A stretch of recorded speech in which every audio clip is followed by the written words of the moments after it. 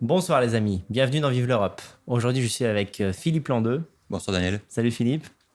C'est la deuxième fois que tu viens dans l'émission. Tu étais passé en 2016 et je vais rappeler en fait la raison de ta présence à l'époque aux spectateurs qui ne suivraient pas les vilains à l'émission depuis le début.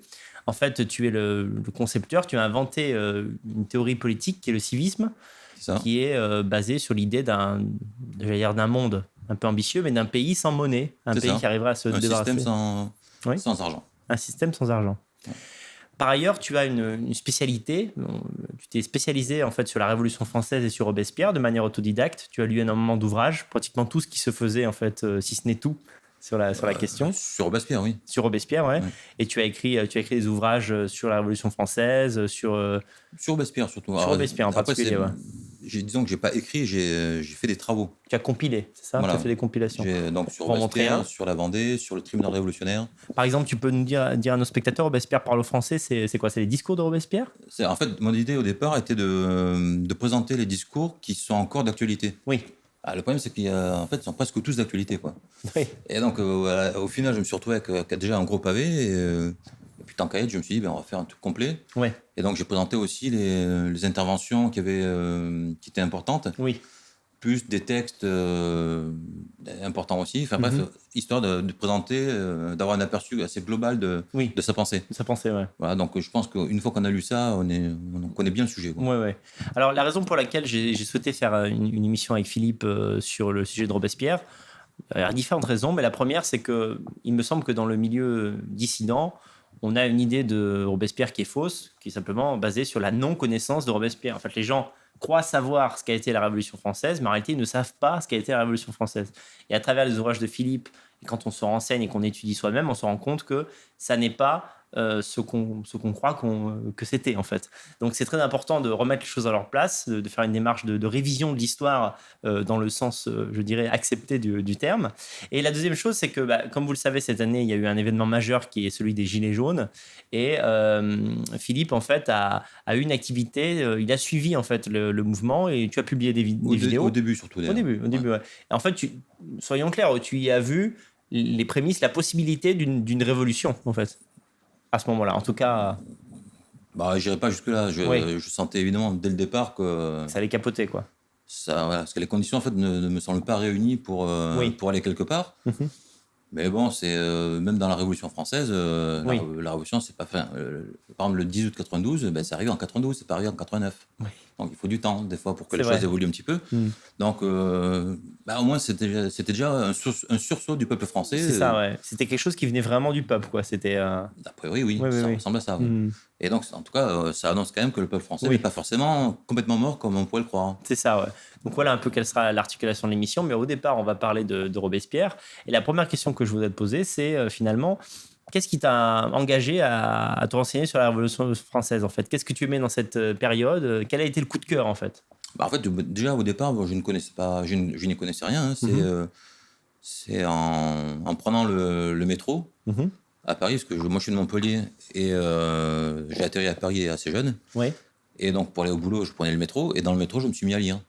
Comme beaucoup de gens, en fait, dans le métro, on lit, quoi. Parce qu'il n'y a pas grand-chose à faire à part écouter son Walkman, mais c'est pas mon truc. Ouais. Et donc je me suis mis à lire et puis un jour, je me suis dit, tiens, j'aimerais lire des choses un peu plus consistantes, quoi. Oui. Et plus profondes, de l'histoire. Et je sais pas pourquoi, j'avais déjà lu un petit bouquin sur Robespierre et donc là, j'ai voulu lire une vraie biographie. Ouais. Et le hasard a fait que je suis tombé sur en fait la meilleure biographie de Robespierre. Oui. Et alors là, ça a été vraiment la révélation. C'est celle que tu m'as prêtée? C'est celle que je t'ai prêtée. On va la montrer aux spectateurs. De Jean Massin. Alors, elle existe en différentes éditions. Ouais. Donc ça, c'est une des trois. Puis les autres, en fait, les autres n'ont pas de portrait dessus. D'accord. Ils ont des couvertures. Mais unies. Le contenu reste le même. Le contenu est le même. Ouais. D'accord. Et c'est là, d'après j'en ai discuté avec d'autres gens qui aiment la Révolution et Robespierre. Ouais. Et de l'avis de tous, c'est une des meilleures. Ouais. Comme on le voit, c'est pas une grosse biographie. Elle fait, je crois, 350 pages, quelque chose comme ça. Oui. C'est très accessible. Il y a beaucoup de discours de Robespierre. Donc ça permet de découvrir vraiment. C'est bien écrit. D'ailleurs, c'est moi aussi qui voulais te poser la question. Ouais. Toi-même, parce que ça m'étonne, même moi, ça m'étonne que toi, tu me parles de Robespierre. C'est-à-dire que on va pas se cacher qu'on est amis avec Philippe, et une fois on avait déjeuné ensemble, et il m'avait dit tiens, tu devrais lire ce bouquin, et moi je connaissais pas grand-chose à Robespierre, et tout simplement en lisant le bouquin, je me suis rendu compte que Robespierre semblait être un type animé de bonnes intentions. Et c'est ça, en fait, je me suis dit, là, il y a un problème avec le discours que j'entends à la fois dans les médias dominants et en même temps dans le milieu nationaliste. Et en fait, on veut faire passer absolument Robespierre pour un tyran. Il a sans doute, peut-être tout le monde fait des erreurs. En tant que dirigeant, il a pu faire des erreurs. Si tant est qu'il est... voilà. Non, mais déjà, il n'a même pas été dirigeant, en réalité. Mais bon, quand on est à un certain niveau, forcément, on est amené à prendre des décisions ou à avoir des positions qui sont influentes. Et évidemment, ça influe sur la vie de millions de gens. Oui, bien sûr. Bon, mais c'est ça, un dirigeant. Sinon, diriger un pays. Il y a forcément des gens qui ne sont pas contents. Bon, mais la question, c'est qu'est-ce qu'il a voulu faire, le bonhomme Et moi, je pense qu'en fait, quand on prend la révolution... Parce que le problème, c'est souvent les gens ont une image globale, comme ça, en plus, pleine de préjugés. Oui. Mais moi, je pense qu'il faut prendre la révolution du début. Les gens ne savaient pas qu'ils allaient vers une époque qui allait bouleverser l'histoire. Et qu'est-ce qu'un homme animé de bonnes intentions pouvait faire à tel moment et puis à chaque étape. Oui, c'est ça. Moi, il me semble que les positions de Robespierre sont raisonnables, et tout le long. En me disant, mais qu'est-ce que j'aurais fait à sa place, je pense que j'aurais été avec lui. Quoi. Oui, c'est ça. Ouais. Alors, quand j'ai lu cette biographie, ensuite je me suis renseigné sur l'auteur de la biographie, et une des critiques qui est faite de ce livre, c'est qu'en fait Jean Massin aurait un point de vue subjectif parce que c'est lui-même un homme de gauche, marxiste, etc. Donc moi, j'ai pas vraiment ressenti trop cet angle en lisant le livre. Moi, il me semble que c'est, comme j'ai dit, il y a beaucoup de discours de Robespierre. C'est vrai. Il se base sur les discours. Il s'appuie sur ce qu'il dit. Donc, voilà. Moi, il me semble que c'est objectif. C'est pas. Le problème, c'est qu'on veut que quelqu'un soit partial quand il est pour Robespierre. Le mec qui est totalement contre, lui, il n'est jamais partial. Un petit peu quand même. Moi, j'ai lu un bouquin sur Robespierre. Ça s'appelle Robespierre ou les dangers de la vertu, un truc comme ça. Il n'y a pas un discours de Robespierre dedans. Quoi. C'est une bio sur Robespierre. C'est un peu embêtant. Bon, voilà, donc moi, il me semble que quelqu'un qui le cite abondamment est moins partial que quelqu'un qui n'en parle pas. D'ailleurs, c'est d'ailleurs pour ça que dans mes propres bouquins, ce ne sont pas des thèses, il y a vraiment que les discours. Quoi. Donc, c'est le lecteur qui ensuite se fait son opinion. C'est une idée, Voilà. Justement, pour finir de répondre à ta question, moi, ce qui m'a marqué, c'est en fait, soyons clairs, moi, il y a des discours de Robespierre, des extraits de discours dans ce livre de Jean Massin qui m'ont ému énormément. En fait, je me suis dit, mais c'est beau, c'est beau comme la justice, comme le vrai, comme ce que j'aime en fait. Et donc je me suis dit, mais finalement, l'idéal que je poursuis, Robespierre était dans cette idée-là, en recontextualisant bien sûr à l'époque, il y a 200 ans. C'est ça. Et d'ailleurs, pour rebondir un petit peu avec les Gilets jaunes, c'est qu'effectivement, moi je pense que l'idéal de Robespierre n'a pas encore été dépassé. En tout cas, de manière générale, moi je pense que ma théorie va plus loin. Vu que je suis quand même un peu tout sur mon secteur, les autres, ils en sont en fait au même niveau que Robespierre, c'est-à-dire ils en sont à des idées qui finalement sont vieilles de 200 ans. Et du coup, alors bien sûr, on va pas faire une émission en détail chaque mois de la Révolution française, mais je vais essayer de t'orienter en te posant la première question. Quelle a été en fait l'entrée de Robespierre dans la Révolution ? Quel a été son premier rôle ? Pourquoi on a commencé à entendre parler de Robespierre au moment de la Révolution française en fait ? Parce que les gens qui connaissent le sujet de loin se disent mais finalement comment est-il apparu ce garçon ? Oui. En fait, avant les États généraux, parce que déjà il est élu aux États généraux. Oui. Alors les États généraux, c'est une élection qui s'est faite au suffrage universel. Pour les hommes. Oui. Donc de l'époque, universel façon époque. Oui. Et donc alors lui c'était un notable d'Arras. C'était contrairement à ce qu'on voudrait nous raconter que c'était quelqu'un d'aigri, etc. C'était donc un notable d'Arras, un avocat, membre de la société des Rosati, un cercle de bourgeois, de là-bas, président de l'Académie des Lettres, juge au tribunal épiscopal, bonne situation. Et donc il se présente aux États généraux. Alors, c'est lui qui fait le cahier de doléances de la comment on appelle ça, pas la communauté, la corporation la plus pauvre d'Arras. D'accord. Je crois les cordonniers, un truc comme ça, les cordonniers le savetier, un truc comme ça. Et donc, évidemment, il est élu en tant que député du tiers-État et il se retrouve à Versailles. Donc, à Versailles, par contre... Alors, Avant les États généraux, il avait eu une affaire en tant qu'avocat qui avait eu un retentissement national, qui était celle du paratonnerre de Saint-Omer. D'accord. Donc, bon, petite affaire, une affaire comme ça. Non, pour autant, il n'était pas, c'était pas la superstar. Voilà, c'était pas Mirabeau. Quoi. Oui. Donc, quand il arrive finalement à Versailles, c'est un inconnu parmi, je ne sais pas combien ils sont de députés, plus de 1000 députés. Quoi. Donc, avant de faire son trou, il y a déjà des personnalités qui brillent. Tu as des nobles, tu as des Lafayette, etc. Donc, eux, on les voit, ils sont en premier plan. Pour l'instant, c'est un jeune homme. Quoi. Lui, en fait, il se fait quand même finalement très rapidement remarquer parce qu'il a des positions intransigeantes pour défendre les intérêts du peuple. Je dis intransigeante, je ne dis pas démagogique. Parce qu'à l'époque, on pouvait le traiter de démago, et quand on voit ce qu'il défendait, on ne voit pas bien en quoi c'est démagogique. Hein. Et donc, en fait, il se fait rapidement remarquer. Et en fait, c'est la ligne qu'il a adoptée au début et qui sera la sienne jusqu'à la fin de sa vie, en réalité. D'accord, ouais. Donc, rapidement, je crois qu'au bout d'1 an, alors c'est marrant, il avait un ami qui était Camille Desmoulins. Alors on dit qu'ils étaient amis à l'école, je ne sais pas, parce qu'ils n'étaient pas dans la même classe. Quand on est gamin, quand on est dans 2 classes, pas dans la même classe avec 2 ans d'écart, on ne se connaît pas. Hein. En général, non. Ouais. Mais bon, apparemment, on dit qu'ils étaient amis. Après, en tout cas, à l'époque de la Révolution, ils ont réellement été amis, puisqu'il a été le témoin de son mariage, le parrain de son fils, je crois. Mais c'est surtout, il me semble que c'est surtout Marat, en fait, qui a popularisé son surnom de l'incorruptible. D'accord. Parce qu'on l'appelait vraiment l'incorruptible. Et je pense même que beaucoup de gens, de détracteurs de Robespierre, qui n'aiment pas Robespierre, s'accordent quand même pour dire que c'était quelqu'un de droit, d'incorruptible. Il n'a pas transigé avec sa ligne et ses idées. Mais déjà à ce niveau-là, mais en plus, c'est incorruptible à tous les niveaux. Quoi. C'est dans ses idées, dans ses mœurs, dans sa vie privée. L'incorruptible, quoi. Et voilà, donc ça n'a vraiment jamais changé. Quoi. Et donc, il se fait remarquer, en fait, à la constituante, sur cet aspect-là. Quoi. Il faut savoir que c'est lui qui obtient que les députés de la constituante ne soient pas rééligibles. D'accord. Ce qui fait qu'il s'interdit à lui-même d'être réélu. Et c'est pour ça que l'Assemblée qui suit la constituante, la législative, il n'est pas député. Et par contre, à l'Assemblée d'après, qui est dominée par un groupe de députés qu'on appelle les Girondins, eux n'accepteront pas le principe de la non-réélection que Robespierre a à nouveau proposé aux Jacobins. Et bon, vu que le principe n'est pas adopté, il se représente, et évidemment, il est élu, il est premier élu de Paris. Il sera élu également à Arras, ou dans le Pas-de-Calais. Et il optera, comme je te disais tout à l'heure, à l'époque, on pouvait être élu dans plusieurs départements et puis il fallait opter. Donc là, il opte pour Paris. Donc voilà, il est le premier élu de Paris pour la Convention. Quoi. C'est intéressant quand même de raconter ce détail, c'est-à-dire qu'il a été pour la non-réélection des députés parce que finalement, ça dépareille avec l'image qu'on a de la volonté dictatoriale. Parce que les gens qui connaissent rien à la Révolution vont dire Robespierre, c'est un dictateur. Bon, déjà, c'est mal parti.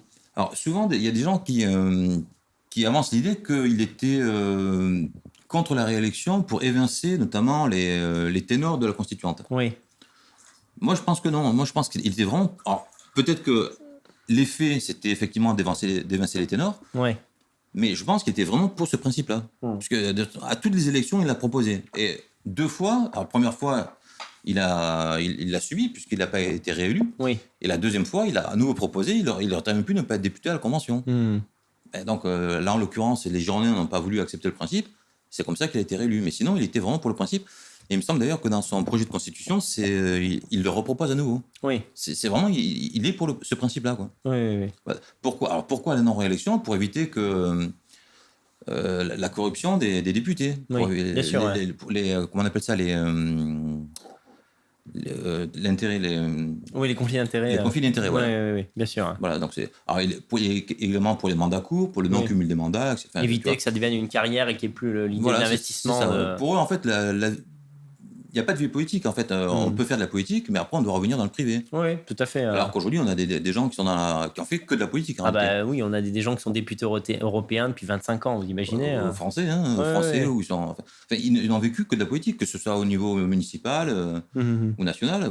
Enfin, bref, donc avoir le pouvoir devient une fin en soi et pas de volonté de changement, en fait. C'est ça, c'est une carrière. Alors, dans les reproches qui sont faits, en fait, je voudrais axer sur les reproches parce que répondre à ça permet de mieux comprendre qui était vraiment Robespierre. on dit finalement que lorsqu'il a eu les mains du pouvoir, c'est-à-dire on pourrait dire de l'année 93 à l'année 94, il y a un an finalement seulement où il a le pouvoir. Et encore, il n'a même pas le pouvoir, il fait partie des gens qui ont le pouvoir, du groupe qui a le pouvoir. Oui. Bah, de gens qui l'ont flingué d'ailleurs. Oui. Parce que ça permet quand même de relativiser le pouvoir qu'il avait. Non, parce qu'il faut quand même pas oublier qu'à l'arrivée, c'est lui qui s'est fait flinguer par ses collègues. Bien sûr, ouais. Donc, voilà. Non, mais effectivement, c'est intéressant de le souligner. On dit que pendant cette période, en tout cas, où il participait à... il avait le pouvoir exécutif avec d'autres, eh bien, ça a été la période la plus sanguinaire. Voilà en fait l'image qu'a Robespierre. C'est-à-dire quelqu'un qui, pour appuyer son pouvoir, a tué sans compter. Ouais, en l'occurrence, c'est pas appuyer son pouvoir, c'est qu'il se retrouve au pouvoir dans la situation la pire qu'ait jamais connue la France. La France est en guerre alors que lui-même ne voulait pas de la guerre. Ce sont les Girondins qui ont voulu. Ce sont les Girondins et le roi qui ont voulu la guerre. Les Girondins, pour différentes raisons, les Girondins voulaient d'une part détourner l'attention de leur politique intérieure, antipopulaire, ultralibérale. Donc, comme on fait souvent, quand il y a un problème intérieur, on lance une guerre, comme ça détourne l'attention. Et par ailleurs, ils voulaient remplir les caisses. Remplir les caisses avec les conquêtes. Et le roi, lui, par contre, lui voulait une guerre, parce qu'il faut se rappeler, donc et là, j'ai entendu quelqu'un qui disait que le roi n'a pas déclaré la guerre. Si, c'est le roi qui a déclaré la guerre, puisque c'est la Constitution de 91 qui donnait au roi le pouvoir de déclarer la guerre. C'est lui qui le déclare. C'est l'Assemblée qui lui propose la guerre, mais c'est bien lui qui déclare la guerre. Et donc lui, il voulait aussi la guerre. Et pour une raison complètement différente. Lui, c'est qu'il voulait la perdre.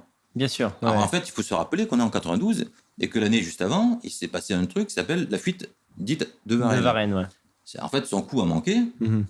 Et là, il n'a plus qu'une ressource, c'est que les puissances étrangères interviennent. Oui, en fait, il voulait que la France soit battue pour que les puissances étrangères monarchiques réinstaurent la monarchie et lui redonnent une autorité. En fait. Voilà, c'est exactement ça. Donc en fait, il y a deux partis, disons, qui veulent la guerre, pour des raisons différentes. Et aux Jacobins, il y a des personnalités, et notamment Robespierre, qui s'opposent de toutes leurs forces à cette aventure guerrière. Le problème, c'est que c'est les Jacobins, c'est pas l'Assemblée, et la guerre est quand même déclarée. Une fois que la guerre est faite, la guerre est déclarée, il faut bien la faire. Il faut la faire. Le problème, c'est que, et en fait, on va se retrouver avec des gens qui vont devoir gérer la guerre, qui n'ont pas voulu. En tout cas, en particulier Robespierre. Oui, c'est ça. Il faut bien la faire. Oui, c'est qu'il y a deux combats en même temps, le combat révolutionnaire et en même temps la guerre contre les forces ennemies. Le problème, c'est que le combat révolutionnaire va en pâtir. Le combat pour la guerre va prendre le pas sur le reste, bien forcément. Sûr, parce qu'on se retrouve à une guerre contre toute l'Europe. Quand on dit toute l'Europe, c'est l'Autriche, la Prusse, la Hollande, l'Angleterre, l'Espagne, le Piémont. C'est-à-dire qu'en fait, toutes nos frontières sont assiégées. C'est ça, ouais. Moi, je ne me rappelle pas de situation identique. Qu'on ait déjà vécu quelque chose comme ça. D'une part, et en plus, avec la politique girondine, de la Constituante, puis de la politique girondine, qui est à la fois ultra-libérale et guerrière. Donc, d'une part, ça va susciter une insurrection à l'ouest, la Vendée, puisque ce qui suscite la Vendée, en fait, la Vendée au sens large, c'est pas vraiment le département. Le département de la Vendée, en fait, déjà, au niveau de la Vendée, c'est que le nord de la Vendée, c'est pas toute la Vendée. En fait, c'est une insurrection qui couvre sur 4 départements. Cette insurrection éclate au mois de mars. Au mois de mars, les Girondins dominent toujours la Convention. De quelle année? Pardon, 93. D'accord. Au mois de mars 93. Donc c'est toujours les Girondins qui dominent la Convention. Et en fait, cette insurrection est motivée essentiellement par la guerre. Ces gens de l'Ouest ne veulent pas aller à la guerre. Je rappelle quand même, c'est une guerre qui a été voulue aussi par le roi. Par les Girondins, mais aussi par le roi. On te dit, c'est la République. D'abord, c'était pas la République. On nous dit la guerre de la République. Mais non, quand la guerre est déclarée, on n'est pas en République. C'est la guerre qui amène la République. C'est pas le contraire. Non, mais c'est important de rappeler. Il y a beaucoup de méconnaissances de l'histoire en fait dans tout ça. La guerre est déclarée en avril 92. Les premiers revers militaires font que les révolutionnaires sentent bien que si ça continue comme ça, ils vont se faire eux-mêmes laminer. Ils comprennent bien qu'avec un roi comme Louis XVI, la France ne gagnera jamais la guerre, sachant que, vrai ou faux, l'histoire du manifeste de Brunswick, peu importe. Le fait est que les armées étrangères semblent se battre contre la France au nom du roi de France. Ça pose quand même un problème, il me semble, dans tout pays, à toute époque. Bien sûr. Et donc, donc les révolutionnaires arrivent à fomenter une insurrection qui réussit. On peut le souligner, parce qu'il n'y a pas beaucoup d'insurrections qui réussissent. Et donc, ils renversent le trône. Et Donc ça, c'est le 10 août 92. Ça provoque la convocation d'une nouvelle assemblée, la Convention. Et c'est la Convention qui va proclamer la République. D'accord. Donc c'est le 21 septembre 92. C'est bien de remettre les choses dans l'ordre. Voilà, donc 20 avril, 21 septembre 92. Voilà. Souvent, en fait, les gens qui racontent un peu n'importe quoi ou qui sont hostiles à la Révolution s'arrangent beaucoup avec la chronologie des faits. Oui, c'est ça. Et je dirais même avec certains faits eux-mêmes. Oui. On passe sous silence certains faits, parce qu'évidemment, quand tu racontes la moitié de l'histoire, tu peux noircir, vu qu'on ne comprend pas les causes d'un événement. Oui. Par exemple, les gens, parce qu'on sait quel genre de public regarde ces vidéos, vont dire que Robespierre a participé à faire tuer le roi activement, qu'il était parmi ceux qui voulaient le plus le tuer, alors qu'en fait, ça a été un des derniers, je crois, à dire finalement, on va accepter, quoi, on va le faire. Si tu veux, Robespierre n'est pas fondamentalement un républicain. Oui. Robespierre, c'est quelqu'un qui veut juste que les droits du peuple soient garantis, et celui, que ce soit un roi ou une république, ça lui va très bien. Sauf que, comme je l'ai dit, en 92, il y a une situation qui fait que c'est plus possible de continuer avec ce roi. Oui. Parce qu'en fait, c'est aussi... c'est vrai que c'était compliqué, on pourra y revenir, mais... En tout cas, avec ce roi-là, c'était plus possible de continuer. Non, mais c'est un point important. Il faut quand même que les gens, parce que tu sais bien qu'il y a des gens de sensibilité royaliste qui m'écoutent, bien comprendre qu'au sens strict, Louis XVI a trahi la France. Ah littéralement, oui. Voilà, c'est... Et sa femme encore plus. Ouais. Marie-Antoinette livrait les plans d'invasion, de l'armée française à sa famille. C'est ça, ouais. Bon, là, ça s'appelle de la haute trahison. Moi, je vois pas d'autre mot, quoi. Alors, on peut considérer que de son point de vue à elle a des raisons, mais du point de vue de la nation française, elle a trahi la nation française. Parce qu'on est d'accord qu'avant qu'il y ait cette trahison, il n'y avait pas une forte volonté d'assassiner le roi et la reine. Non, mais pas du tout. Ça, c'est important de le rappeler, quoi. Mais d'ailleurs, Robespierre déclare aux Jacobins, au mois de... Je crois que c'est juste avant la déclaration de guerre, qu'il préfère Louis XVI à tous les rois qu'on pourrait donner à la France. D'accord. C'est les Jacobins, et tous les Jacobins applaudissent. On est en 92. Qu'est-ce que ça veut dire, ça, Parce qu'en fait, il y a des gens, comme les Girondins, qui proposaient de donner un nouveau roi à la France, pris par soit chez les protestants, soit en lorgnant un petit peu vers le duc d'Orléans. Lui, il dit non, voilà, Louis XVI est très bien. Il est légitime, on le garde. Voilà. Bon, sachant qu'il s'était enfui la veille. La veille, l'année d'avant. Le moment de sa fuite, c'est quand même le meilleur moment pour souvent, les gens pensent que la fuite a entraîné la mise à mort. Pas du tout. Et voilà, ça, c'est important de le dire. Non, pas du tout. Quand il s'enfuit, l'Assemblée prétend qu'il a été enlevé et le remet sur le trône à condition qu'il ratifie la Constitution. Oui.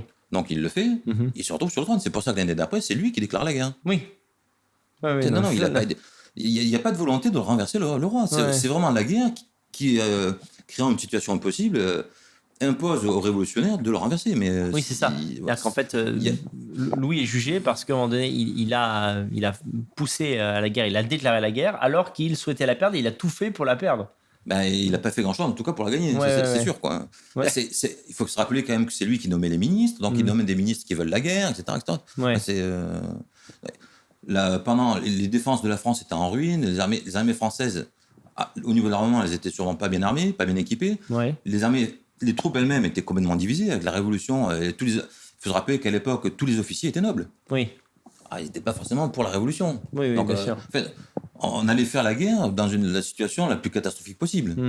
Ça, c'est ce que Robespierre expliquait. Alors d'ailleurs, Robespierre n'était pas contre le principe même de la guerre. Il disait, au lieu de faire la guerre, préparez-vous à la faire. Si vis pacem, parabellum. C'est ça. Mais en fait, c'est ça. Ne faites pas la guerre, par contre, soyez forts, et je vous garantis que si vous êtes fort, on vous attaquera même pas. C'était ça son idée. Oui, bien sûr. Voilà. Et sauf que d'autres avaient d'autres idées, quoi. C'est ça. Et donc les choses se font malgré lui. Et lui, il arrive ensuite, et quelque part, c'est lui qui doit gérer la casse. Est-ce que... Comme d'ailleurs, ce qui pourrait arriver à nous d'ici quelques années. Nous, on subit une politique depuis 50 ans. Le jour où il faudra réparer les pots cassés, ça va pas se faire tout seul. C'est sûr. Ça pourrait saigner aussi. La faute à qui? Est-ce que Robespierre était populaire? C'était, oui. Alors là, c'était attesté. C'était le plus populaire. Ça, c'est clair. Il a une popularité immense qui dépasse Paris, qui est vraiment nationale. par exemple, il a été fait citoyen de Toulon, à Marseille aussi, peut-être, un truc comme ça. Enfin, il est très, très populaire. D'accord. Alors, peut-être qu'effectivement, ensuite, avec l'exercice même du pouvoir, il perd un peu en popularité, mais il reste encore quand même très populaire. Robespierre. Mais en fait, il faut bien comprendre que Robespierre n'a pas de pouvoir, il a du prestige. C'est ça son truc. Il a plus de prestige que de pouvoir. Oui. Et ça, c'est quelque chose qu'il garde. Donc, c'est quelque chose qu'il a acquis par ses combats, souvent seul à la Constituante. Et c'est pour ça qu'ensuite, à la Convention, il va avoir un prestige qui va en imposer à tout le monde. Mais c'est pas du pouvoir. C'est pas un pouvoir légal. Je comprends, c'est un peu, il faut bien mettre les choses à leur place. C'est d'ailleurs pour ça qu'il se fait zigouiller aussi facilement. Parce qu'il n'a pas en réalité de pouvoir légal. C'est quand il parle, on l'écoute. Et souvent, comme il dit des choses sensées, on valide. Enfin, la Convention valide. Mais c'est pas d'autorité, quoi. Oui, bien sûr. Oui, c'est une influence, c'est pas une. Il a du prestige, de l'influence morale. Durant cette dernière année où son influence a été la plus forte, est-ce que toi qui aime le Robespierre et ce qu'il a fait, est-ce que tu penses qu'il allait dans le bon sens, est-ce qu'il a fait le maximum, quelles ont été ses erreurs, est-ce qu'on s'est rapproché d'un idéal de société comme celui que tu prônes? En fait, Robespierre était réellement le champion de l'égalité, en tout cas tel que lui l'entendait, et de la démocratie. Pour lui, démocratie, souveraineté populaire, république, tout ça, ça veut dire la même chose en réalité. Sauf que, ça c'est mon analyse à moi, Robespierre avait une conception dénaturée de l'égalité. Pour moi, en fait, il ne peut pas y avoir d'égalité dans un système monétaire. Par définition, dans un système monétaire, les droits passent par la monnaie, et la monnaie ne peut pas se répartir également. Donc il y a forcément des riches et des pauvres. Donc c'est une fiction totale de raconter que des riches et des pauvres sont égaux en droit. Et un riche et un pauvre n'ont pas les mêmes droits. Et celui qui a zéro argent, il est dans la rue, il n'a pas de droits. Alors il a peut-être le droit de respirer, mais ce n'est pas les droits que doit garantir la société. Et donc tant qu'on n'a pas compris qu'un système monétaire, par définition, est inégalitaire, et que par ailleurs on défend l'égalité, ça veut dire qu'on intègre l'inégalité liée à la monnaie dans son raisonnement. Et ça veut dire qu'est-ce qu'on va proposer comme égalité au final? Pour toi, il n'y a pas d'égalité tant que la monnaie en fait existe. Bah oui, certains n'ont plus que d'autres, quoi. Mais les droits, la plupart des droits passent par la monnaie. Et qu'est-ce que c'est la monnaie? C'est le droit de se loger, c'est le droit de manger, c'est le droit de s'habiller, c'est le droit de circuler, c'est le droit de tout en fait. Et donc, t'as pas de monnaie, t'as pas de droit, quoi. Et comme elle se répartit obligatoirement, c'est dans ses principes de fonctionnement, elle ne peut pas se répartir également. Après, certains vont te dire oui, parce que certains ont du talent, pas de talent, etc. Peu importe, ça ne peut pas se répartir également. Donc, il y a obligatoirement inégalité en droit. Et comme le principe, c'est égalité en devoir et en droit, si déjà tu n'as pas d'égalité en droit, ton principe, il est mort. Et tant que tu n'as pas intégré ça, ça veut dire qu'au final, qu'est-ce que tu vas défendre? Tu vas défendre la logique monétaire en même temps que tu défends un idéal égalitaire. Qu'est-ce qui va gagner au final? C'est l'argent. Et la Révolution, en fait, illustre totalement ça, quoi. Quand tu ne te bats pas contre l'argent, au nom d'un idéal, de toute manière, au final, c'est le réel te rattrape et c'est l'argent qui gagne. Et en fait, la Révolution française illustre ça. C'est des gens qui se sont battus pour l'égalité. Ils avaient conscience de se battre contre ce qu'on appelait déjà l'aristocratie de l'argent, les bourgeois. Au final, c'est les bourgeois qui ont gagné. Au final, c'est l'argent qui a gagné. Et d'ailleurs, c'est une chose intéressante à signaler. Quand on parle de la Révolution, on dit souvent que ça a été une révolution bourgeoise. Alors là, moi, je m'inscris totalement en faux par rapport à ça, quoi. La Révolution n'est pas bourgeoise. Ce qui caractérise la Révolution, ce n'est pas l'action de la bourgeoisie, c'est la montée en puissance d'un mouvement populaire opposé à la bourgeoisie. Pourquoi est-ce que la période 89-94 est remarquable?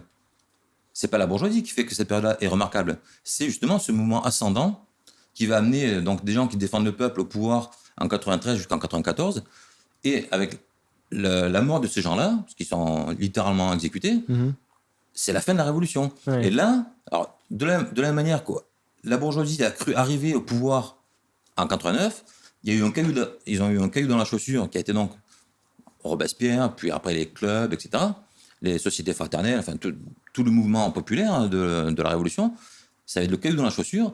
Et pour que la bourgeoisie assoie définitivement son pouvoir, il va falloir zigouiller ce mouvement, à commencer par ses meneurs. Et quand, en 95, il y a à nouveau des insurrections de la faim, parce que avec la mort de Robespierre, c'est à nouveau le rétablissement du libéralisme. Oui. Les gens crèvent littéralement de faim à Paris. Il y a 2 insurrections, mais il n'y a plus de meneurs. Oui. Ben, les insurgés arrivent à prendre la Convention, puis c'est tout, quoi. Ils rentrent chez eux, et la Convention fait désarmer les faubourgs, c'est terminé. Oui. Voilà. Alors que, voilà. Oui, ce que tu me disais tout à l'heure à table est très juste, c'est que finalement, la mort, l'assassinat de Robespierre, l'exécution de Robespierre, c'est la fin de la Révolution, en fait. Oui. Donc c'est bien la preuve que c'est lui qui a imprimé le mouvement, enfin qui a participé le plus. Qui l'incarne, en fait. Qui l'incarnait, oui, c'est la figure numéro 1 de la Révolution, oui, tout à fait. Ouais. Et par rapport à ce que je disais, je complète, la bourgeoisie monte en puissance tout au long du XVIIIe siècle. Donc finalement, en 89, c'est l'aboutissement d'une évolution. C'est pas ça, mais c'est pas ça la révolution. Ce qui caractérise vraiment la révolution, c'est justement l'apparition de mouvements opposés à cette évolution. En fait, là pour le coup, le mot amalgame a son sens, c'est que les gens amalgament tout. C'est que comme justement la bourgeoisie libérale l'a emporté, ils vont dire depuis le début, c'est elle qui menait la danse. Alors qu'en réalité, elle est là. Oui. En fait, si tu veux, elle n'a pas disparu. Ouais. Mais pourquoi est-ce que on appelle cette période 89-94 la révolution? C'est pas par rapport à ce que fait la bourgeoisie, c'est par rapport en fait qu'il y a un mouvement d'opposition. C'est ça. S'il n'y avait pas eu ce mouvement d'opposition, ça aurait été simplement l'évolution normale de la bourgeoisie. Oui. On ne parlerait pas de révolution. On parle de révolution par rapport à ça, quoi. Tout à fait. Ouais. Et c'est ça qui caractérise la révolution. Non, je t'en prie. C'est bon. Un des grands reproches aussi qui est fait à Robespierre, c'est un athéisme forcené et sanguinaire. En réalité, il n'était pas athée. Alors déjà, lui-même n'était pas athée, et puis c'est quand même lui qui s'est opposé qui a jeté tout son prestige dans la balance pour s'opposer à la déchristianisation. Oui. Il y a je t'en ai parlé tout à l'heure, il y avait une intervention très intéressante. Alors, presque qu'il faudrait la lire, tu vois. Le problème, c'est que en histoire, il faut lire, et c'est long. Et quand on fait des émissions comme ça, on ne peut pas présenter il faut maintenir le spectateur en haleine. On ne peut pas présenter le document, mais là, il faudrait lire ce document sur Robespierre et peut-être on mettra en pièce jointe. Qui se fait attaquer par les Girondins parce qu'il a parlé de providence, c'est-à-dire de Dieu, en fait. Il se fait attaquer là-dessus, simplement parce qu'il a prononcé ce mot-là. Oui. Et donc, il les remet à leur place, tous les gens communs applaudissent, enfin bref. Alors ça, c'était en 80... Je crois que c'est en 92. Et puis après, il y a évidemment donc, le passage en 80, en novembre 93, quand il s'oppose à la déchristianisation, et puis ensuite, évidemment, le summum, quand il défend le projet pour des fêtes des Cadères. C'est ça, avec le décret. Alors, c'est pas un culte, donc c'est le décret qui, au nom du peuple français, reconnaît l'existence de l'être suprême et de l'immortalité de l'âme. On parle souvent de culte de l'être suprême, c'est très exagéré en fait. On peut pas appeler ça un culte. Dit comme ça, on dirait que c'est une espèce de divinité païenne. Non, c'est juste que... en fait, il s'opposait justement à cette histoire d'athéisme. Et à mon sens, Robespierre, mais c'était... En fait, donc c'est le décret du 18 Floréal. Je crois que c'est mai, je sais plus combien, 94. Et ce n'est pas, en fait, le projet n'est pas de lui. Oui. C'est, tout ça, ça vient de l'adoption par la Convention du calendrier républicain, contre laquelle Robespierre était. Robespierre n'en voulait pas, en fait. Et, voilà, donc ça s'est fait malgré lui. Et avec ce calendrier, il n'y avait plus de cette dimanche, c'était le décadi. Ouais. Et tous les représentants en mission, enfin en tout cas beaucoup de représentants en mission ont signalé au comité que ça posait un problème. Il n'y a plus de dimanche, mais il fallait bien quelque chose pour le remplacer. Ouais. Et presque ce serait bien qu'on remplace le dimanche qui a un côté sacré par un décadi avec un contenu sacré aussi. Et donc le comité d'instruction publique se saisit du dossier. Oui. Un projet est mis au point par un député qui s'appelle Mathieu Deloise. Oui. Et finalement, le projet que va présenter Robespierre, c'est ce projet-là, mais arrangé à la sauce Robespierre. Mais c'est une idée qui n'est pas de lui. Oui, c'est une idée qui était dans l'air du temps, en fait. La fête à laquelle a donné lieu donc, ce décret, donc, qui était donc, la fête du vin impérial, ça a été la fête la plus populaire de l'histoire de la Révolution. C'est la fête la plus grandiose, et pas seulement à Paris, dans toute la France. Les gens à l'époque étaient tous catholiques, hein. Ils croyaient tous en Dieu. C'est ça. C'est vraiment une idée de l'époque. Oui, tout à fait. Ceci étant, je pense que dans l'idée des révolutionnaires, et en particulier de Robespierre, ils essaient d'instaurer une laïcité à l'américaine. Les États-Unis sont un pays laïque, mais c'est pas un pays laïcard comme la France. Alors, aux États-Unis, on jure serment sur la Bible. Oui, c'est vrai. Ils sont pourtant aussi laïcs que la France en réalité. On peut croire en Dieu en étant laïque. Hein. Finalement, être laïque, qu'est-ce que c'est ? C'est respecter tolérer les autres religions. Dans la mesure du respect des lois, etc. Mais, oui, alors ça c'est encore un truc un cliché sur la Révolution, c'est l'idée qu'en fait c'était les athées contre les croyants et les royalistes. Non, mais la plupart des gens ne sont pas athées. Hein. Il y a toujours quelques athées, souvent d'ailleurs dans la haute sphère. Oui. Mais la plupart des gens ne sont pas du tout athées. Hein. Donc c'est une fausse idée en tout cas. Oui, c'est vraiment, c'est très important quand vous traitez un sujet historique de vous remettre dans le contexte de l'époque sociale, psychologique, ce que pensent les gens. Récemment, je lisais un livre de Rousseau et il explique que lorsqu'il a rencontré Diderot, c'était la première fois qu'il rencontrait un athée. Donc il rencontre un athée, Diderot était athée, en tout cas en privé, il disait mais Dieu ça n'existe pas. Et quand Rousseau a rencontré Diderot, il a eu comme une angoisse. C'est pour vous dire à quel point c'était pas commun, quoi. C'est comme si vous croisiez un Inuit dans la rue, quoi. C'est vraiment. Même de nos jours, je pense que beaucoup de gens ne sont pas athées. Oui, c'est vrai. Je pense que beaucoup de gens peuvent se détacher de la religion, mais c'est pas parce que tu te détaches de la religion que tu es athée. Oui, mais c'est vrai. Entre ne pas pratiquer et ne pas croire, c'est deux choses. Croire qu'il existe quelque chose de supérieur, c'est pas forcément lié à une religion, mais c'est une croyance que tu as en toi, et je pense que beaucoup de gens ont en eux, indépendamment de toute religion. Voilà, donc je pense que c'est ce que Robespierre appelait à respecter. L'être suprême, c'est finalement ce qui réunit tout le monde. C'est le plus petit dénominateur commun, quelque part. Quoi. C'est ça, Alors, c'est formulé, effectivement. Certains vont te dire c'est un truc de franc-maçon. Mais bon, quand tu appelles l'être suprême, le créateur, le grand architecte, Dieu. Finalement, c'est le même concept. En fait, ça veut dire quelque chose de supérieur. Quoi. C'est ça que ça veut dire. C'est ça. Voilà. Alors, on l'a déjà un peu répondu, mais pourquoi Robespierre se fait exécuter ? Comment ça se passe en fait ? Qui prend la décision ? Pourquoi c'est accepté ? Parce qu'il était quand même populaire au sein de... Déjà, moi je pense que la raison de fond, mais c'est que ce qu'il veut ne peut pas réussir. Oui. Déjà pour commencer, donc ça ne peut que pédaler dans la choucroute. Donc forcément, quand tu pédales dans la choucroute, au bout d'un moment, ça cale. Ça, c'est la raison de fond. Donc c'est ce que je disais tout à l'heure sur... Il veut l'égalité dans un système qui ne la permet pas. Dans un système qui supposerait de sortir du système monétaire. Et c'est quelque chose à laquelle il n'a même pas pensé. Et que, quand même il aurait pensé, il n'aurait pas pu le faire. Donc, c'était voué à l'échec. Alors, la question, après, c'est comment est-ce que ça se bidouille en pratique ? D'ailleurs, ça peut arriver pour des raisons qui apparaissent totalement étrangères à cette mécanique. Mais, donc, d'une part, son mouvement s'épuise. Lui, il défend des mesures qui sont toujours populaires au sein d'une convention qui est quand même très bourgeoise. La convention, donc au départ, je vais dire que la convention était dominée par les Girondins, qui se font éliminer littéralement, manu militari, de la convention le 2 juin 93. Au départ, d'ailleurs, il ne s'agit même pas de les exécuter. Hein. On les envoie chez eux en détention. Le problème, c'est qu'ils s'enfuient tous, quasiment tous, pour susciter la guerre civile. Donc évidemment... c'est trouble à l'ordre public, quoi. Pour le coup, on leur fait plus de cadeaux. Et donc, à partir de là, la convention est dominée par ce qu'on appelle les montagnards. Mais les montagnards sont aussi des bourgeois, qui, pour la plupart, sont fondamentalement pour un système bourgeois. Et qu'est-ce qui les distingue des autres ? C'est qu'en fait, ils comprennent que dans le contexte particulier de 93, il faut lâcher un peu de l'Est. Il faut mener une politique un peu populaire. C'est ça qui les distingue. Mais ça ne veut pas dire qu'ils veulent un système comme ça. C'est que ponctuellement, ils sont d'accord pour mener une politique plus populaire. Et au bout d'un an... Donc, dans un premier temps, Robespierre est mis en avant parce que il a Parce que lui, il a effectivement... C'est ça. C'est ça.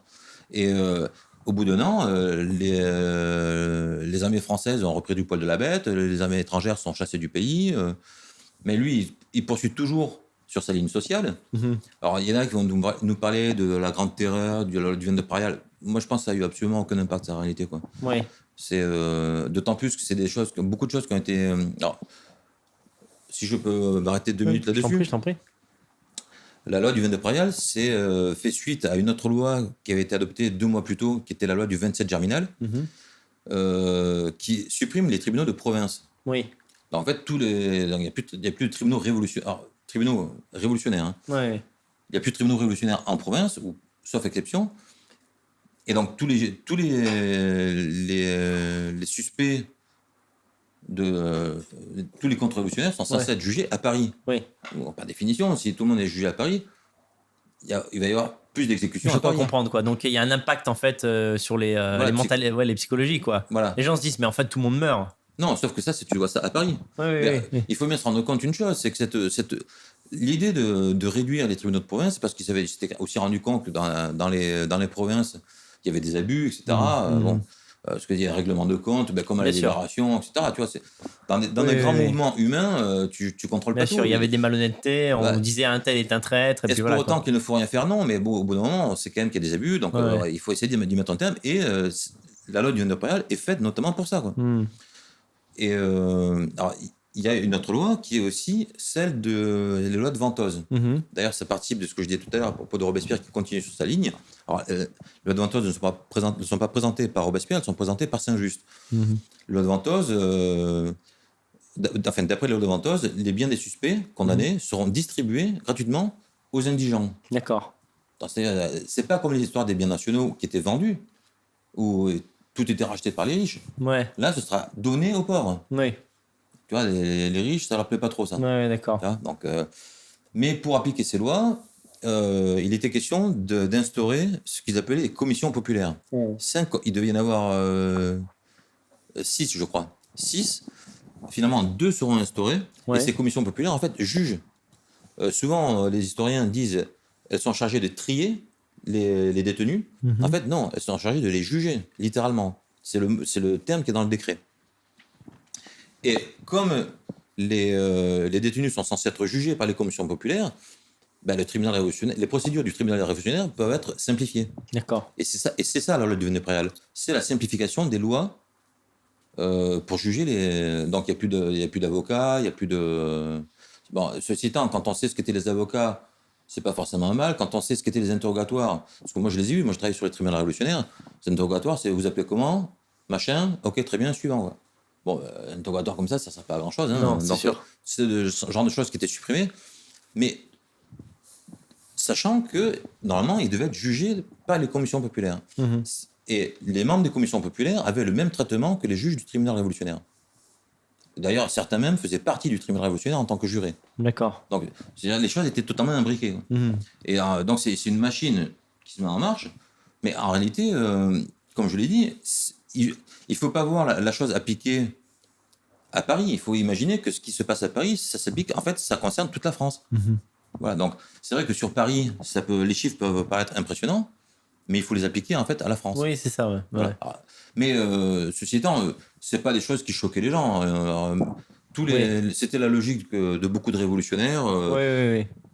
Zigouiller les contre-révolutionnaires, ça émeuvait pas grand monde en réalité. En fait, et puis même si le chiffre est impressionnant dans l'absolu. Mais c'est une révolution. D'accord. Même si le chiffre, c'est sur la période de je crois que c'est mi-juin, grosso modo fin juillet. C'est à peu près 1500 personnes. Moi, j'ai les chiffres exacts, mais je ne les ai pas là en tête. Mais c'est à peu près 1500 personnes. Mais bon, tu prends la commune de Paris, c'est 20 000 hommes, c'est 20 000 fusillés. Oui. Donc, tu vois, mettons que le chiffre soit purement exact, finalement, c'est pas. Non, d'ailleurs, Robespierre lui-même ne s'est pas élevé quand. Il est d'ailleurs très possible que les exécutions, beaucoup d'exécutions aient été le fait d'abus. Déjà, par exemple, la loi du 22 impérial ne prévoyait pas qu'on envoie les suspects par dizaines au tribunal. Ça, c'est pas dans la loi, ça. C'est des gens qui ont magouillé il y a eu des jugements expéditifs, en fait. Ouais, pour que ça devienne vraiment un tribunal de sang. Et c'est surtout, je pense que c'est notamment les membres du comité de sûreté générale qui détestaient Robespierre, qui, avec leurs agents, en fait, essayaient de pourrir l'image de Robespierre. Donc, ça a été une des façons avant de s'attaquer à lui, en fait, ils se sont attaqués à son image. Et qui, en fait, a vraiment flingué Robespierre? Ce sont tous les députés qui avaient commis les pires saloperies de la Révolution. Les Fouché, les Collot d'Herbois, les saloperies ou qui étaient des corrompus, quoi. les Barras, les Fréron, les Taliens, enfin, c'est tous ces gens-là qui ont flingué Robespierre. C'est pas les gens qui avaient peur de la terreur, c'était les mecs qui étaient les artisans même de la terreur. Oui, c'est ça. Ouais. En fait, et ces gens-là ont réussi à s'allier avec les bourgeois. Mais il a fallu négocier parce que les mecs d'en face, ils savaient à qui ils avaient affaire. Ils savaient que les mecs ces gens-là qui voulaient flinguer Robespierre, ils étaient pires que Robespierre, quoi. En fait, Robespierre, en fait, était un modérateur en réalité de la terreur. Eux, c'était pas du tout des modérateurs. Eux, c'était vraiment ceux qui avaient les mains pleines de sang, quoi. Mais donc, ils se sont alliés. Ces deux parties-là se sont alliées parce que les bourgeois ont bien compris qu'une fois qu'ils auraient zigouillé Robespierre, les autres, ils en feraient une bouchée. Une bouchée, ouais. Voilà, c'est exactement ce qui s'est passé, quoi. Ouais. Voilà. Alors en fait, on peut réexpliquer un peu aux gens les trois derniers jours de Robespierre. En fait, c'est que Robespierre va faire un discours à l'Assemblée, c'est ça ? Convention, hein. En convention. Et en fait, il est interrompu, on le traite de dictateur. Ça, c'est le 9 Thermidor, ça. D'accord. Ouais. Non, le premier jour, donc c'est le 8. En fait, le 8 Thermidor, quand il vient à la Convention, ça fait 4 semaines qu'il n'est pas venu. Oui. Il a apparu quelques fois au Jacobin, mais ça fait 4 semaines qu'il n'est pas venu à la Convention. Oui. On parle ça fait également 4 semaines qu'il ne s'occupe plus du comité de salut public. Qu'est-ce qui lui arrive à ce moment-là En fait, il veut bien qu'on essaie de le flinguer. Hein. Il le sent bien. Il veut bien qu'on lui mette des bâtons dans les roues, qu'il ne peut plus rien faire. Il voit que des choses se font, lui voudrait s'y opposer, mais il n'y arrive pas. Enfin, donc, il s'écarte du comité de salut public. Notamment par rapport à ce que j'ai expliqué tout à l'heure. D'ailleurs, un élément central, c'est l'histoire, tout à l'heure j'ai parlé des commissions populaires et des lois de Ventose. Oui. En fait, les commissions populaires, quand elles jugeaient les gens, donc elles établissaient des jugements, et au bout d'un moment, ça faisait une liste, ça faisait des listes. On a les listes, moi j'ai vu les listes. D'ailleurs, il nous en manque. En tout cas, j'ai vu ces listes. Les premières listes sont établies à partir je crois que c'est du 19 prairial. Oui. Le 19 prairial, ça veut dire les commissions populaires commencent à travailler, commencent à fonctionner à partir du 19 prairial. La loi du 19 prairial, 3 jours après. D'accord. Moi, je vois un lien. Première chose. Deuxièmement, quand les comités de sûreté générale et le comité de salut public vont vouloir se réconcilier avec Robespierre, ils vont lui faire porter chez lui, à signer, ces listes. D'accord. Ça faisait 1 mois que les commissions fonctionnaient et que les jugements étaient, ne servaient à rien. Et donc, je pense que c'est une des raisons aussi de la colère de Robespierre, de voir que le système en fait ne fonctionne pas comme il aurait dû. Et en gage de bonne volonté, les comités lui font signer cette liste pour prouver que ça commence à fonctionner, quoi. D'accord. Et en réalité, les gens qui ont été jugés par les commissions populaires, les premiers qui passent au tribunal révolutionnaire, c'est le 9 Thermidor. D'accord. Le 9 Thermidor, c'est le dernier jour de Robespierre à la Convention.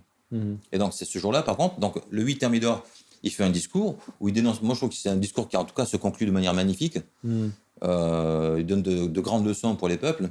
Et il dénonce tout ce qu'il a envie de dénoncer. Son discours est d'abord décrété d'impression, puis finalement, t'as Cambon qui intervient. Il fait renvoyer son discours à l'examen des comités qu'il vient de dénoncer. Donc, c'est l'histoire un peu capotée. Au Jacobin, il relit son discours. Il est acclamé, etc. Bon. Les gens sont prêts à se mobiliser pour défendre Robespierre, sauf qu'en réalité, il n'y a pas d'insurrection, il ne prépare absolument rien. Oui. Le lendemain, Robespierre se présente à la Convention, et là, dès qu'il arrive... Alors, c'est Saint-Just qui doit faire un rapport. Dès que Saint-Just commence à parler, Tallien lui coupe la parole, et puis alors là, c'est parti, il y a tout le monde qui se déchaîne, et pendant, je ne sais combien, peut-être ça doit durer 1 ou 2 heures, tout le monde se déchaîne, et puis ils sont tous décrétés d'arrestation les uns après les autres, Saint-Just, Robespierre, son frère qui se propose lui-même d'arrestation, Lebas, qui était le collègue de Saint-Just, qui se propose lui-même à l'arrestation, Couton également, qui était un autre membre du comité de salut public. C'est-à-dire qu'en fait, par loyauté, par fidélité à Robespierre, les gens se disent si vous voulez l'arrêter lui, nous on se. Voilà, c'est ça. Ouais. Donc il y a le frère de Robespierre qui se propose comme ça, et tu as Lebas qui était le collègue en mission de Saint-Just, qui se pareil, si vous l'arrêtez, vous m'arrêtez aussi, quoi. Sachant que ça veut dire qu'ils allaient se faire flinguer. Hein. Ça veut dire qu'ils allaient décapiter, quoi. Alors, malgré tout, quand la Commune de Paris apprend que Robespierre se fait arrêter... Alors justement, ça c'est un truc que j'ai pas compris. C'est-à-dire que Robespierre aurait eu la possibilité quand même de se rebeller parce qu'il y avait beaucoup de gens derrière lui. On lui a proposé, on lui a dit écoute, si tu veux te battre pour pas te faire exécuter, pour reprendre le pouvoir, on est prêt à t'aider. Et Robespierre, dans les dernières heures qui lui restent, disent non, laissez tomber. En fait, Ah, ça, c'est un des mystères. On n'a pas le. On ne sait pas pourquoi, en fait. Alors, on ne peut que spéculer. Hein. Oui. Moi, je pense que Robespierre savait que la partie était foutue. Il le savait. D'ailleurs, son discours du 8 Thermidor, il le dit. C'est texto, c'est mon testament de mort. Ah oui, je me souviens de ça. C'est dans son discours. Ouais. Ça faisait longtemps qu'il savait. Je pense que lui-même était complètement épuisé. Ça faisait 5 ans qu'il était sur le tarmac, ouais. Qu'il était au taquet. Là, il avait été malade plusieurs fois. En février, mars, il était malade pendant un mois. Là, tu vois, il s'était retiré du comité pendant un mois. Il savait que la partie était foutue. Et ce qu'on lui proposait, c'était finalement de devenir dictateur, ce qu'il n'avait jamais voulu, en réalité. Oui. Parce qu'il n'avait pas d'autre choix, en fait. Pour faire taire les gens qui voulaient l'arrêter, il était obligé de... Ouais.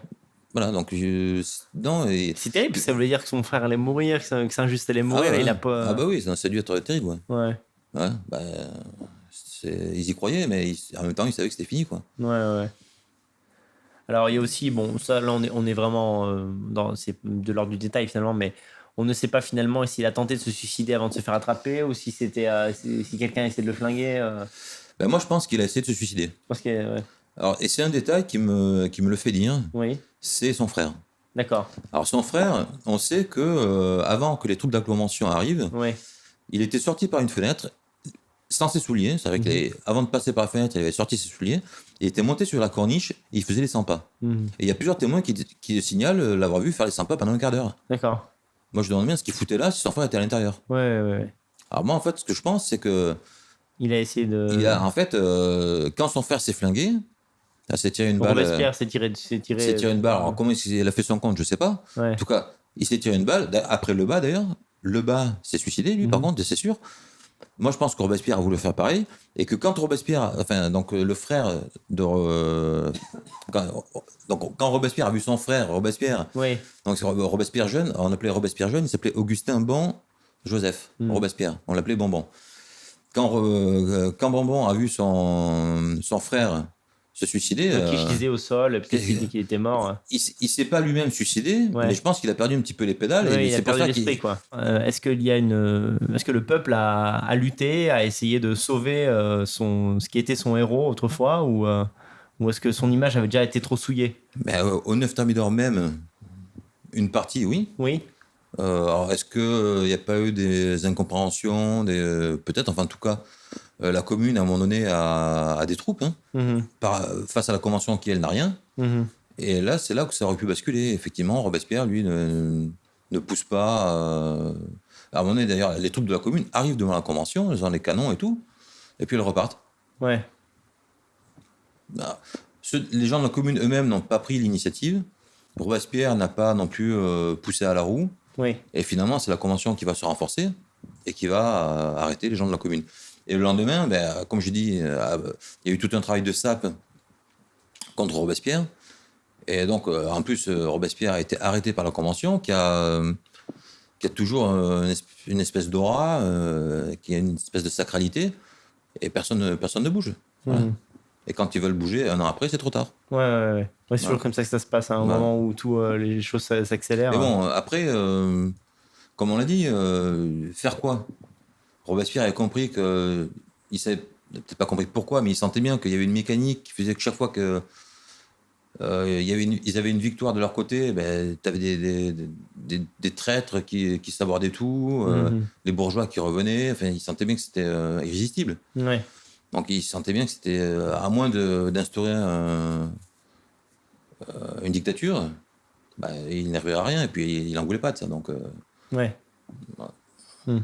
Qu'est-ce que tu penses, le bilan qu'on peut faire de la Révolution française, qu'est-ce qui a manqué en fait? Est-ce qu'ils étaient vraiment proches du but? Est-ce que c'était juste pas le bon moment au niveau historique? Oui, je pense que oui, c'était l'heure de la bourgeoisie, c'était pas l'heure de l'égalité. Parce que l'égalité, c'était quand même un mot d'ordre clé de la Révolution. Oui, c'est liberté, égalité. C'est pas l'égalité d'ailleurs. On dit que c'était français. Moi, je pense que c'est pas seulement très français. Pour moi, l'égalité, c'est vraiment le principe de base de l'ordre social. C'est l'égalité des citoyens en devoir et en droit. S'il n'y a pas de devoir sans réciprocité. Oui. Et donc, s'il n'y a pas de devoir sans réciprocité, ça veut dire qu'il n'y a pas de droit non plus hors de l'égalité, puisque les devoirs que je remplis envers toi, si tu remplis les mêmes envers moi, on se garantit mutuellement les mêmes droits. Oui, bien sûr. Donc, égalité en devoir et en droit marchent ensemble. Et alors, l'égalité, c'est le principe fondamental de l'ordre social, et la liberté, c'est un droit fondamental. Oui. C'est pas la liberté, l'égalité, c'est un principe. La liberté, c'est un droit, et qui lui-même se décompose en droit. Alors ça, c'est ma théorie qui l'explique, en droit indirect. Oui. Au niveau desquels les citoyens doivent être égaux, parce que s'ils ne sont pas égaux au niveau des droits indirects, égaux en liberté, ça ne veut rien dire. Tu vois. Ouais. Donc il faut vraiment que les citoyens aient les mêmes droits indirects, mais les droits indirects donnent lieu également à des droits particuliers, où il existe également à part des droits particuliers. Et par contre, là, l'égalité ne s'applique pas à ce niveau-là. C'est notamment, par exemple, la propriété. Oui. La propriété qui découle principalement d'un droit indirect qui est celui d'accéder au marché, qui aujourd'hui passe par la monnaie.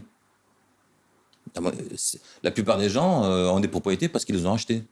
Et même ce que tu n'as pas acheté, que tu as par exemple fabriqué toi-même, tu as souvent acheté les matériaux.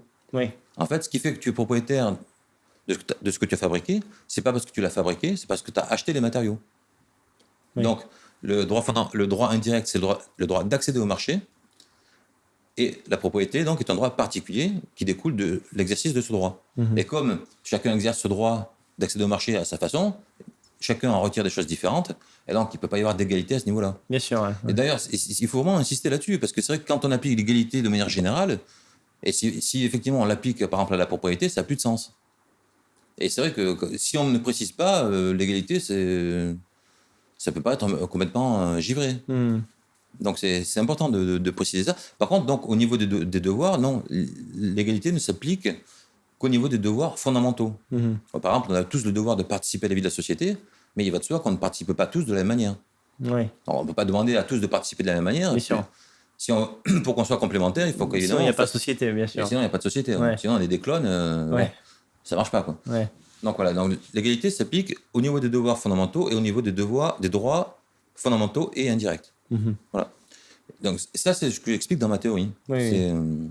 Et donc, tu me posais quoi en fait, non, l'idée, c'était de dire, toi qui es quand même un spécialiste de la Révolution française, tu as pu identifier les choses les éléments qui manquaient. Mais ce qui manque, justement, c'est ça, c'est qu'on est à l'heure de la bourgeoisie. D'ailleurs, il n'y aurait pas eu de Révolution française, la bourgeoisie aurait quand même gagné. Donc, au final, c'est elle qui a gagné. Oui. C'est elle qui tire les marrons du feu de la Révolution. Et on voit bien que les révolutionnaires, finalement, ont tout perdu. Oui. Bon. Et ils ne pouvaient pas gagner. Comme je l'ai dit, ils voulaient l'égalité. Et l'égalité, tu ne peux pas l'avoir. Que ce soit l'égalité, la démocratie. En fait, avec l'égalité, il y a des notions qui sont consubstantielles. Tu as le patriotisme, c'est l'égalité des citoyens en devoir et en droit. Donc, tu as des citoyens qui forment une cité, une nation, une patrie. Donc, tu as les notions de citoyenneté, de nation, de patrie, de patriotisme. Avec ça, tu as le peuple. Donc, souveraineté du peuple, démocratie, souveraineté nationale. Et un autre principe que d'ailleurs Robespierre a défendu, c'est celui de non-ingérence. Parce que si tu respectes ton peuple et donc les peuples, tu adoptes aussi le principe de non-ingérence. On voit bien que ce ne sont pas tout à fait les valeurs que défend le système actuel. Tu vois, la non-ingérence, on s'assoit un peu dessus. On fait des guerres au nom de la démocratie, ce que faisaient d'ailleurs les Girondins. Tu vois, c'est le système.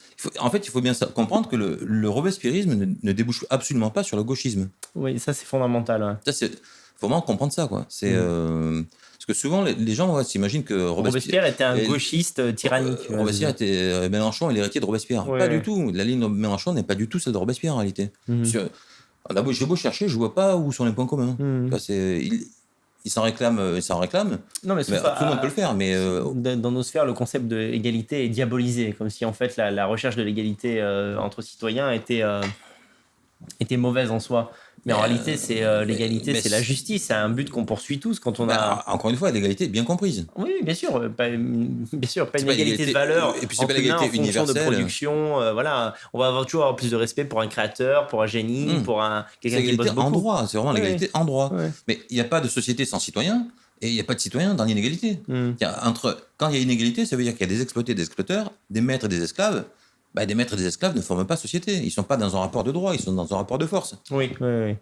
C'est tout. Alors, à mon avis, il faut savoir ce qu'on veut. On ne peut pas vouloir faire société et appliquer au niveau de la société les rapports de ce qu'on appelle l'état de nature. Oui. On est dans l'état de nature ou on est en état de société. C'est ça, ou c'est le règne du plus fort, ou c'est le règne du droit. Ça peut pas être les deux à la fois. Ouais. Au début des Gilets jaunes, tu avais cette comparaison, tu disais que c'était finalement les sans-culottes de l'époque, quoi. Tu avais l'impression que les conditions d'une potentielle révolution étaient comme autrefois, étaient réunies. Non, il y avait un ras-le-bol quand même énorme. Oui, je dirais pas jusque-là, non. Mais par contre, sociologiquement, les sans-culottes, comme l'autre disait, les sans-dents. Les sans-dents, oui. Non, les Gilets jaunes, je veux dire. Oui. Comme l'autre disait les sans-dents, mais c'est les sans-culottes d'aujourd'hui. Sociologiquement, c'est ça. Les sans-culottes, c'était pas... évidemment, pour des contre-révolutionnaires, les sans-culottes, c'est la Ligue du peuple, etc. Sauf qu'en réalité, c'était pas ça. Les sans-culottes, c'était les travailleurs pauvres, les ouvriers, les prolétaires, quoi. Les prolétaires, voilà, c'était les prolétaires. Les Gilets jaunes, c'est ça aussi. Hein. D'ailleurs, les revendications des Gilets jaunes sont très proches, finalement, des revendications des sans-culottes. Hein. Oui, c'est... Au niveau... améliorer le quotidien par des baisses de taxes, quoi. D'une part, mais la première revendication des Gilets jaunes, en tout cas celle qui a eu le plus de retentissement, c'est... Et là, je vais d'ailleurs en reparler, c'est le RIC. Oui. Et le RIC, qu'est-ce que c'est? Attends, c'était pas la première revendication des Gilets jaunes. Non, mais c'est celle qui a le plus de retentissement. Oui. Qu'est-ce que c'est? C'est un désir de démocratie. Que voulaient les sans-culottes? La démocratie. Hein. C'est ça, qu'on les écoute, enfin. On leur pose des questions directes qui répondent par oui ou par non. Ils étaient vraiment pour la souveraineté du peuple. C'était ça, la revendication des sans-culottes. Et c'est également la revendication des Gilets jaunes. Et au-delà, évidemment, on est dans un système monétaire, donc forcément, on a beau ne pas comprendre que les droits passent par l'argent, dès qu'on veut faire quelque chose, ça passe quand même par l'argent. Et donc, c'est des revendications d'aide, d'impôts progressifs, de baisse de taxes. D'ailleurs, à propos de baisse de taxes, que demandaient les sans-culottes? Ils avaient réclamé le maximum. Je ne sais pas si tu te rappelles ce que c'est le maximum. Oui. C'est en fait le gel des prix des denrées de première nécessité. Oui. Ça dépasse pas un certain seuil. Qu'est-ce qu'ils ont fait, les Gilets jaunes? Ils ont réclamé la suppression ou la baisse des taxes sur les denrées de première nécessité. C'est vraiment le... Et pourquoi, en fait, 200 ans après, on en est au même point? Et ça, pourquoi? Parce que c'est ce que j'expliquais tout à l'heure. Dans un système monétaire, si on ne dépasse pas le cadre monétaire, on tourne en rond dedans et il n'y a pas 50 000 solutions. C'est ça, il y a toujours des riches aux dépens des pauvres. Et donc le pauvre, il demande toujours qu'on lui tape un peu moins dessus et il demande un petit peu d'argent. Et donc, c'est toujours le même genre de réclamation. Et ça, en fait. c'est sans fin. Car 200 ans après, parce qu'en fait, au départ, l'émission que tu voulais faire, c'était Robespierre et les Gilets jaunes. Finalement, Robespierre a porté la voix du peuple. Hein. Oui, c'est ça. Donc, Robespierre et sans-culottes, ils avaient les mêmes idées en réalité. Hein. Ils étaient, bon... mais c'était ça, leurs idées, en fait, étaient enfermées dans le cadre du système monétaire. Oui. Et 200 ans après, on en est au même point. Tant qu'on n'a pas un projet économico-politique pour sortir de ce système-là, on aura des mesures du même ordre. La démocratie, par exemple, que réclame Étienne Schwartz, c'est un mot creux. Ah oui, c'est d'ailleurs sur ça que je voulais revenir. Les Gilets jaunes ont parlé de RIC. Oui. Et toi, tu étais ceux qui pensaient qu'il fallait qu'ils insistent là-dessus pour obtenir en fait ce référendum. Oui, mais c'est pas ce que je voulais dire. En fait, moi, ce que je préférais le terme RIC. RIP. Référendum d'initiative populaire. Parce qu'en fait, pour moi, les gens qui parlent de RIC, c'est symptomatique du fait qu'ils n'ont rien compris. En fait, ils n'ont pas compris que nous ne sommes pas des citoyens. On est dans un cadre monétaire, nous ne sommes pas des citoyens en réalité. On peut nous donner du citoyen pour nous faire plaisir, mais concrètement, on n'est pas des citoyens.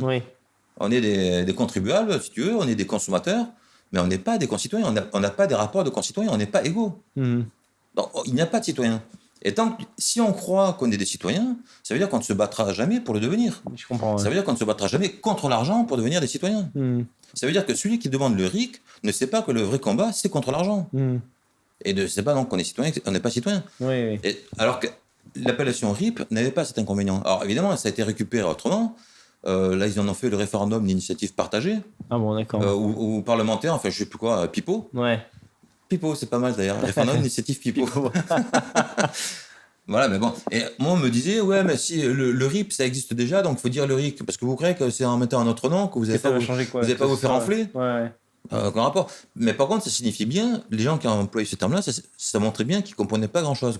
Et d'ailleurs, dès que tu les écoutais parler sur d'autres sujets, ils oubliaient ce que c'était le citoyen, ça devenait déjà des citoyens du monde. Bon, voilà, t'as compris, c'était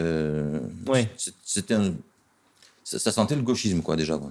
Oui, alors est-ce qu'on pourrait dire que les mouvements de gauche ont pris le dessus au sein des Gilets jaunes parce que aussi les vrais combattants se sont fait très muselés par l'État, en fait. Il y a eu beaucoup de blessés, il y a eu... C'est vrai, mais de notre côté, je pense qu'ils n'ont pas eux-mêmes de vrais projets, quoi. Mm-hmm. Tu vois, ils ne sont pas eux-mêmes unis autour d'un vrai projet. Un vrai projet.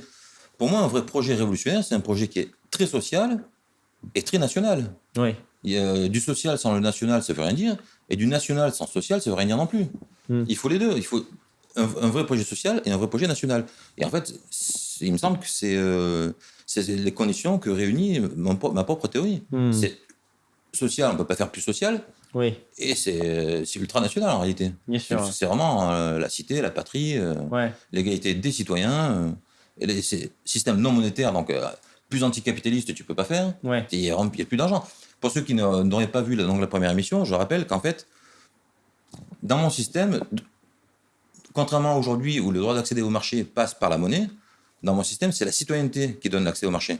C'est le fait d'être citoyen qui lui-même se mérite. Être citoyen, ça se mérite. Ça se mérite par l'accomplissement de devoirs qui sont fixés par la société. Alors, je ne rentre pas dans le détail, c'est pas étatique comme je l'entends dire, c'est beaucoup plus souple que ça, mais pour comprendre le principe, c'est pas chacun décide, moi ça y est, j'ai travaillé, j'ai les droits. Non, c'est si la société reconnaît que tu as fait le devoir que tu étais censé faire, là tu es citoyen et ensuite tu as les droits du citoyen.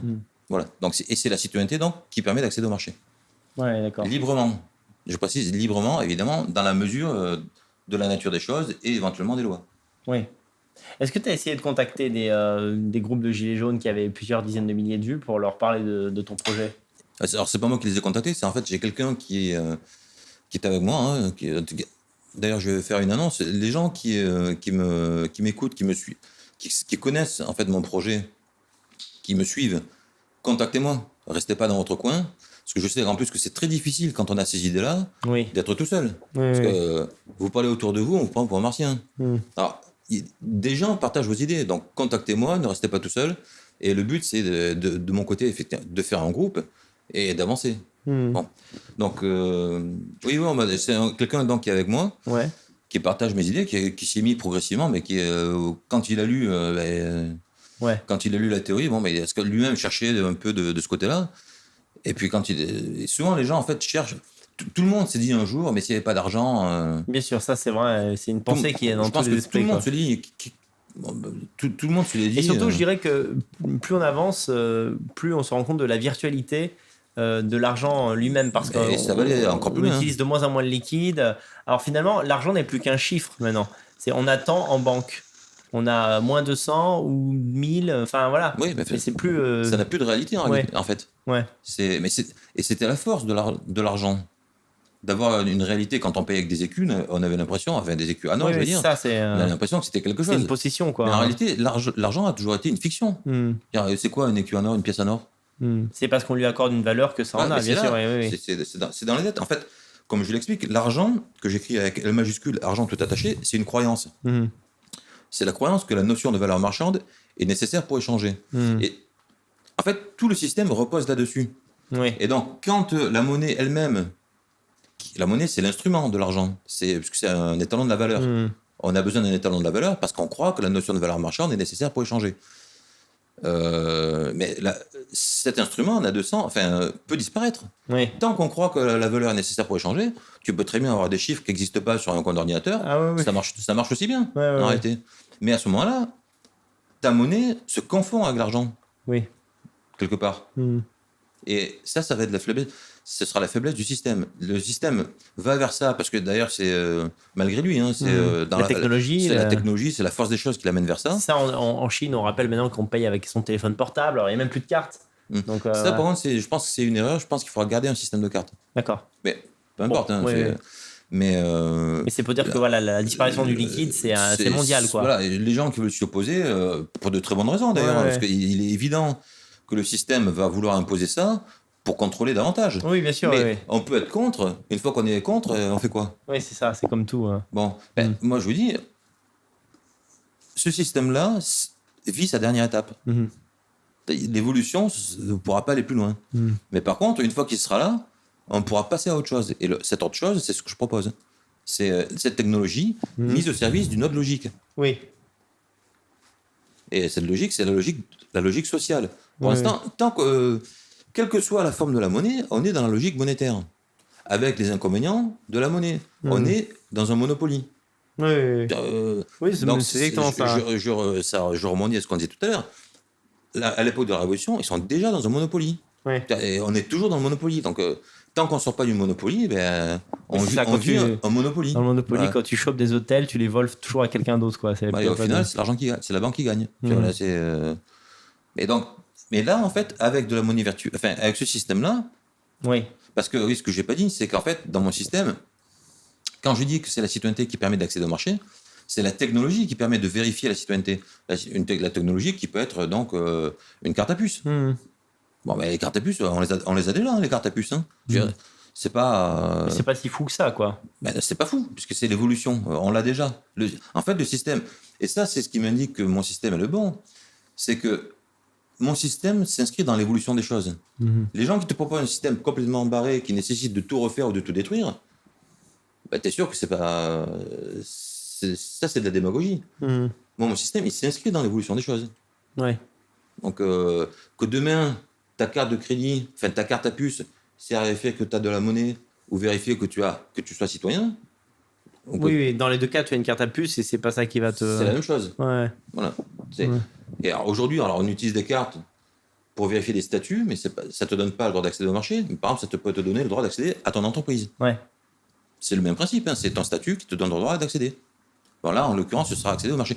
Et finalement, c'est refaire ce qu'on a fait aussi avec les droits politiques. À une époque, pour pouvoir être électeur, il fallait payer tant. Une certaine quantité d'impôts. Ouais, c'est vrai. Là, donc, on l'a fait au niveau politique. Moi, je propose de le faire aussi au niveau économique, de dissocier les droits de la monnaie. En fait, pourquoi ? Parce qu'il n'y aura plus de monnaie, quoi. Tout simplement. Tout simplement, ouais. Sur les gilets jaunes, tu penses que ça a encore une existence possible ou tu penses que ça a vraiment été cramé le mouvement a été desséché, ça peut pas renaître? Ils auraient pu faire quelque chose de bien avec donc cette histoire de RIC ou de RIP s'ils s'étaient focalisés là-dessus. Mais c'était vraiment tout ce qu'ils pouvaient faire, vu que de toute manière, par ailleurs, il n'y a pas... ils n'ont pas, entre guillemets, d'idéologie. Il n'y a même pas de leader. Vu qu'ils n'ont pas d'idéologie, ils n'ont pas de leader, il faut voir les leaders. Pour que ça dure comme ça de manière autonome, c'est déjà miraculeux que ça ait de retirer. Oui, c'est clair. Et donc la seule chose qui pouvait les faire tenir, c'était vraiment une idée forte.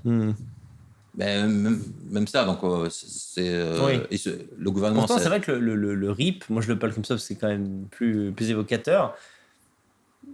Les Français auraient pu se battre pour ça, même aujourd'hui, quoi, parce qu'ils veulent vraiment donner leur avis, ils veulent une démocratie un peu à la Suisse. Et je pense que ça n'a pas suffi, quoi. Mais je pense qu'ils n'ont pas assez insisté là-dessus, quoi. Moi, je pense qu'à un moment donné, il aurait fallu abandonner tous les slogans, toutes les banderoles, et n'avoir plus que RIP. C'est on veut décider directement référendum d'initiative populaire. Voilà, et que ça, quoi. Et pas. Par exemple, moi, j'avais fait une petite image où j'avais pris une foule de gilets jaunes sur les Champs-Élysées et j'avais donc dessiné une banderole de toute la largeur référendum d'initiative populaire. On aurait eu ça sur les Champs-Élysées, et plusieurs comme ça sur les Champs-Élysées, ça aurait posé, quoi. J'ai pas vu ça, des trucs comme ça, quoi. Alors, il y avait bien des gens qui avaient un macaron RIC, avec des petites pancartes RIC, etc. Il y avait quelques-unes, il y en a eu quelques-unes, mais il n'y en a pas eu assez. Ça n'a pas été assez massif, quoi. Bien sûr. Et ça aurait dû être non seulement à Paris, mais partout. Et donc, il y en a eu des choses sur le RIC, hein, mais à mon sens, ça s'est un peu trop dispersé. C'était leur seul point de ralliement. Hein. Après, le reste, le gouvernement, il y a toujours des gens qui veulent se croire plus malins. Oui, mais ça aussi c'est important, sauf qu'à l'arrivée... on n'a rien. En fait, quand il y a beaucoup de revendications qui se télescopent l'une l'autre, finalement, on n'obtient rien. C'est ce qui s'est passé actuellement avec les gilets jaunes. Peanuts. Oui. Moi, j'ai même l'impression que le sens augmente à nouveau. Là, ça continue. Hein, Enfin, on ne voit pas trop ce que ça peut amener. Hein. C'est ça. Les mobilisations continuent au rond-point et autres. Ça peut être intéressant psychologiquement, mais si ça n'a rien amené au début où c'était virulent, là, maintenant, je ne vois pas ce que ça peut amener. Hein. Oui, c'est sûr. Après, ça restera quand même un événement marquant qui aura des répercussions. Oui, ça a été une belle chose, mais... En tout cas, concrètement, l'important, c'est la finalité. Pour l'instant, ça n'a rien amené. Alors, tu disais que les gens qui veulent te joindre, enfin les gens qui sont convaincus par ta théorie politique, peuvent te contacter. Tu n'as pas dit où il y a une adresse mail. Tu la notes, non, je crois, à chaque fois dans tes livres. Dans mes bouquins, il y a tous mes contacts. Il y a mon mail, en tout cas. À chaque fois, il y a mon mail. Je vais le dire parce que sinon, les gens, il faut leur attention, il faut la capter, quoi. Dire quoi, le mail le mail, ouais. Sinon, on passe par mon blog. Passez par mon blog, en bas de donc, Philippe Landeux, sur Haut et Fort. Parce que j'ai l'impression que sur Google, en fait... c'est ça, le blog, philippelandeux.hautefort.com. Voilà, tout attaché, Haut et Fort. Le contact, c'est toujours le même, phil.ppe@live.fr. C'est ça, c'est ton adresse mail. phil.ppe@live.fr. Très bien, ouais. Mon blog ou éventuellement aussi mon Facebook. Philippe Landeux, pareil.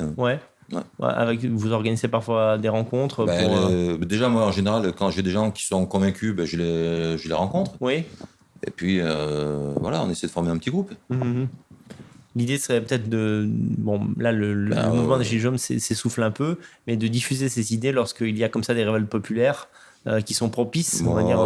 Moi, je pense que c'est trop tard. Quand la révolte arrive, que l'idée n'est pas diffusée, c'est trop tard. D'accord, il faut que ce soit l'idée qui crée le... il faut que... il faut que l'idée... En fait, la révolte, c'est le fruit. C'est vrai. Voilà, donc si ça n'a pas été diffusé avant... il y a d'abord un travail de sensibilisation. Quoi. On a bien vu que chacun partait de son idée, chacun propose son truc. C'est ça, en fait. Il y a une spontanéité qui était enthousiasmante au début des Gilets jaunes, mais comme elle n'était pas orientée vers un but clair, ça a échoué, sans compter que la répression a été encore très forte. On a des gens qui sont plus habitués à la violence, alors quand vous avez des mecs qui sont défigurés pour avoir simplement défilé... d'ailleurs, ça choque. Pourquoi est-ce qu'en fait on dit que ça a été violent? Moi, je trouve pas que ça a été violent en réalité. La violence, c'est pas ça. Enfin, je parle pas de la répression. La répression qui même n'a pas été. Bien sûr, il n'y a pas de meurtre, il n'y a pas de gens en tôle. Il n'y a pas eu vraiment de mort par. Il n'y a pas eu de mort par balle. Ils ont pas tiré dans le tas. Bien sûr. Des répressions d'émeutes, c'est déjà arrivé. Si on veut la révolution, il faut voir ce qu'il faut. D'ailleurs, pour faire un lien avec ce qu'on disait tout à l'heure sur le 14 juillet, une fois j'ai entendu dire le 14 juillet c'est quand même bizarre que d'un coup il y ait eu des violences comme ça. Le pauvre Delaunay il s'est fait trancher la tête. Alors pour qui lui a tranché la tête je ne sais pas, mais enfin en tout cas c'est pas normal que d'un coup ils aient assiégé la Bastille.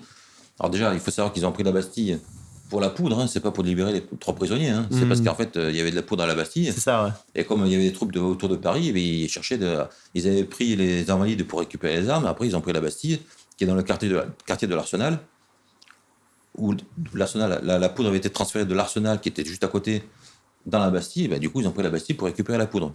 Et il faut savoir quand même que la prise de la Bastille, même si la Bastille s'est rendue, elle a fait 100 morts côté assaillant. 100 morts, c'est pas... Bon, et alors, t'as quand même des gens qui disent, comment ça se fait que tant de violence... Il faut savoir que le quartier de la Bastille se trouve dans le quartier le quartier Saint-Honoré au faubourg Saint-Honoré. Le quartier Saint-Honoré. Non, du quartier Saint-Antoine. Du faubourg Saint-Antoine. Et 3 mois auparavant, il s'était passé autre chose dans ce quartier. Et c'est là, ça rejoint d'ailleurs, et c'était à mon avis les premiers Gilets jaunes. Dans ce quartier, il s'est passé une chose. Il s'est passé une émeute qu'on appelle l'émeute Réveillon. Réveillon était un entrepreneur en papier peint. Et alors, la rumeur dit que soit il voulait baisser les salaires, soit il avait dit que les ouvriers se porteraient très bien si on baissait leur salaire. Enfin, une chose comme ça. En tout cas, ces propos ou cette mesure a suscité une insurrection. Pas forcément d'ailleurs uniquement chez ses employés, mais en tout cas dans tout le quartier. Ça a fait une émeute qui a été réprimée. Il y a eu 300 morts. Ah oui. On n'en parle jamais de ça. On n'en parle jamais. C'était 3 mois avant. C'était quelques jours avant l'ouverture des États généraux. Donc c'était le quartier de la Bastille. Alors, on se demande comment des gens ont pu prendre la Bastille. Les mecs, 3 mois avant, ils s'étaient fait tirer dessus, 300 morts. Ils étaient peut-être un peu chauds, je pense. Tu vois, c'est ça. Tu vois, c'est de la même manière que. C'est bon à savoir, quoi.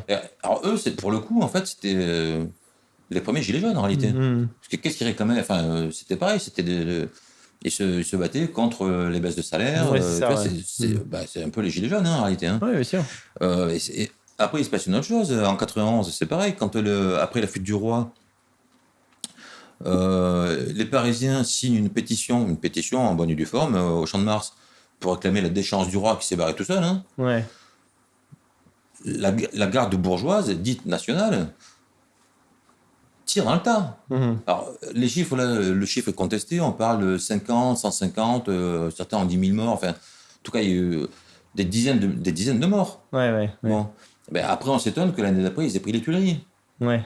Non, mais je veux dire, les gens, ils n'ont pas oublié. Tu vois, imagine que les gilets jaunes, les flics, ils tirent dans le tas, l'année prochaine, personne n'aura oublié. Hein.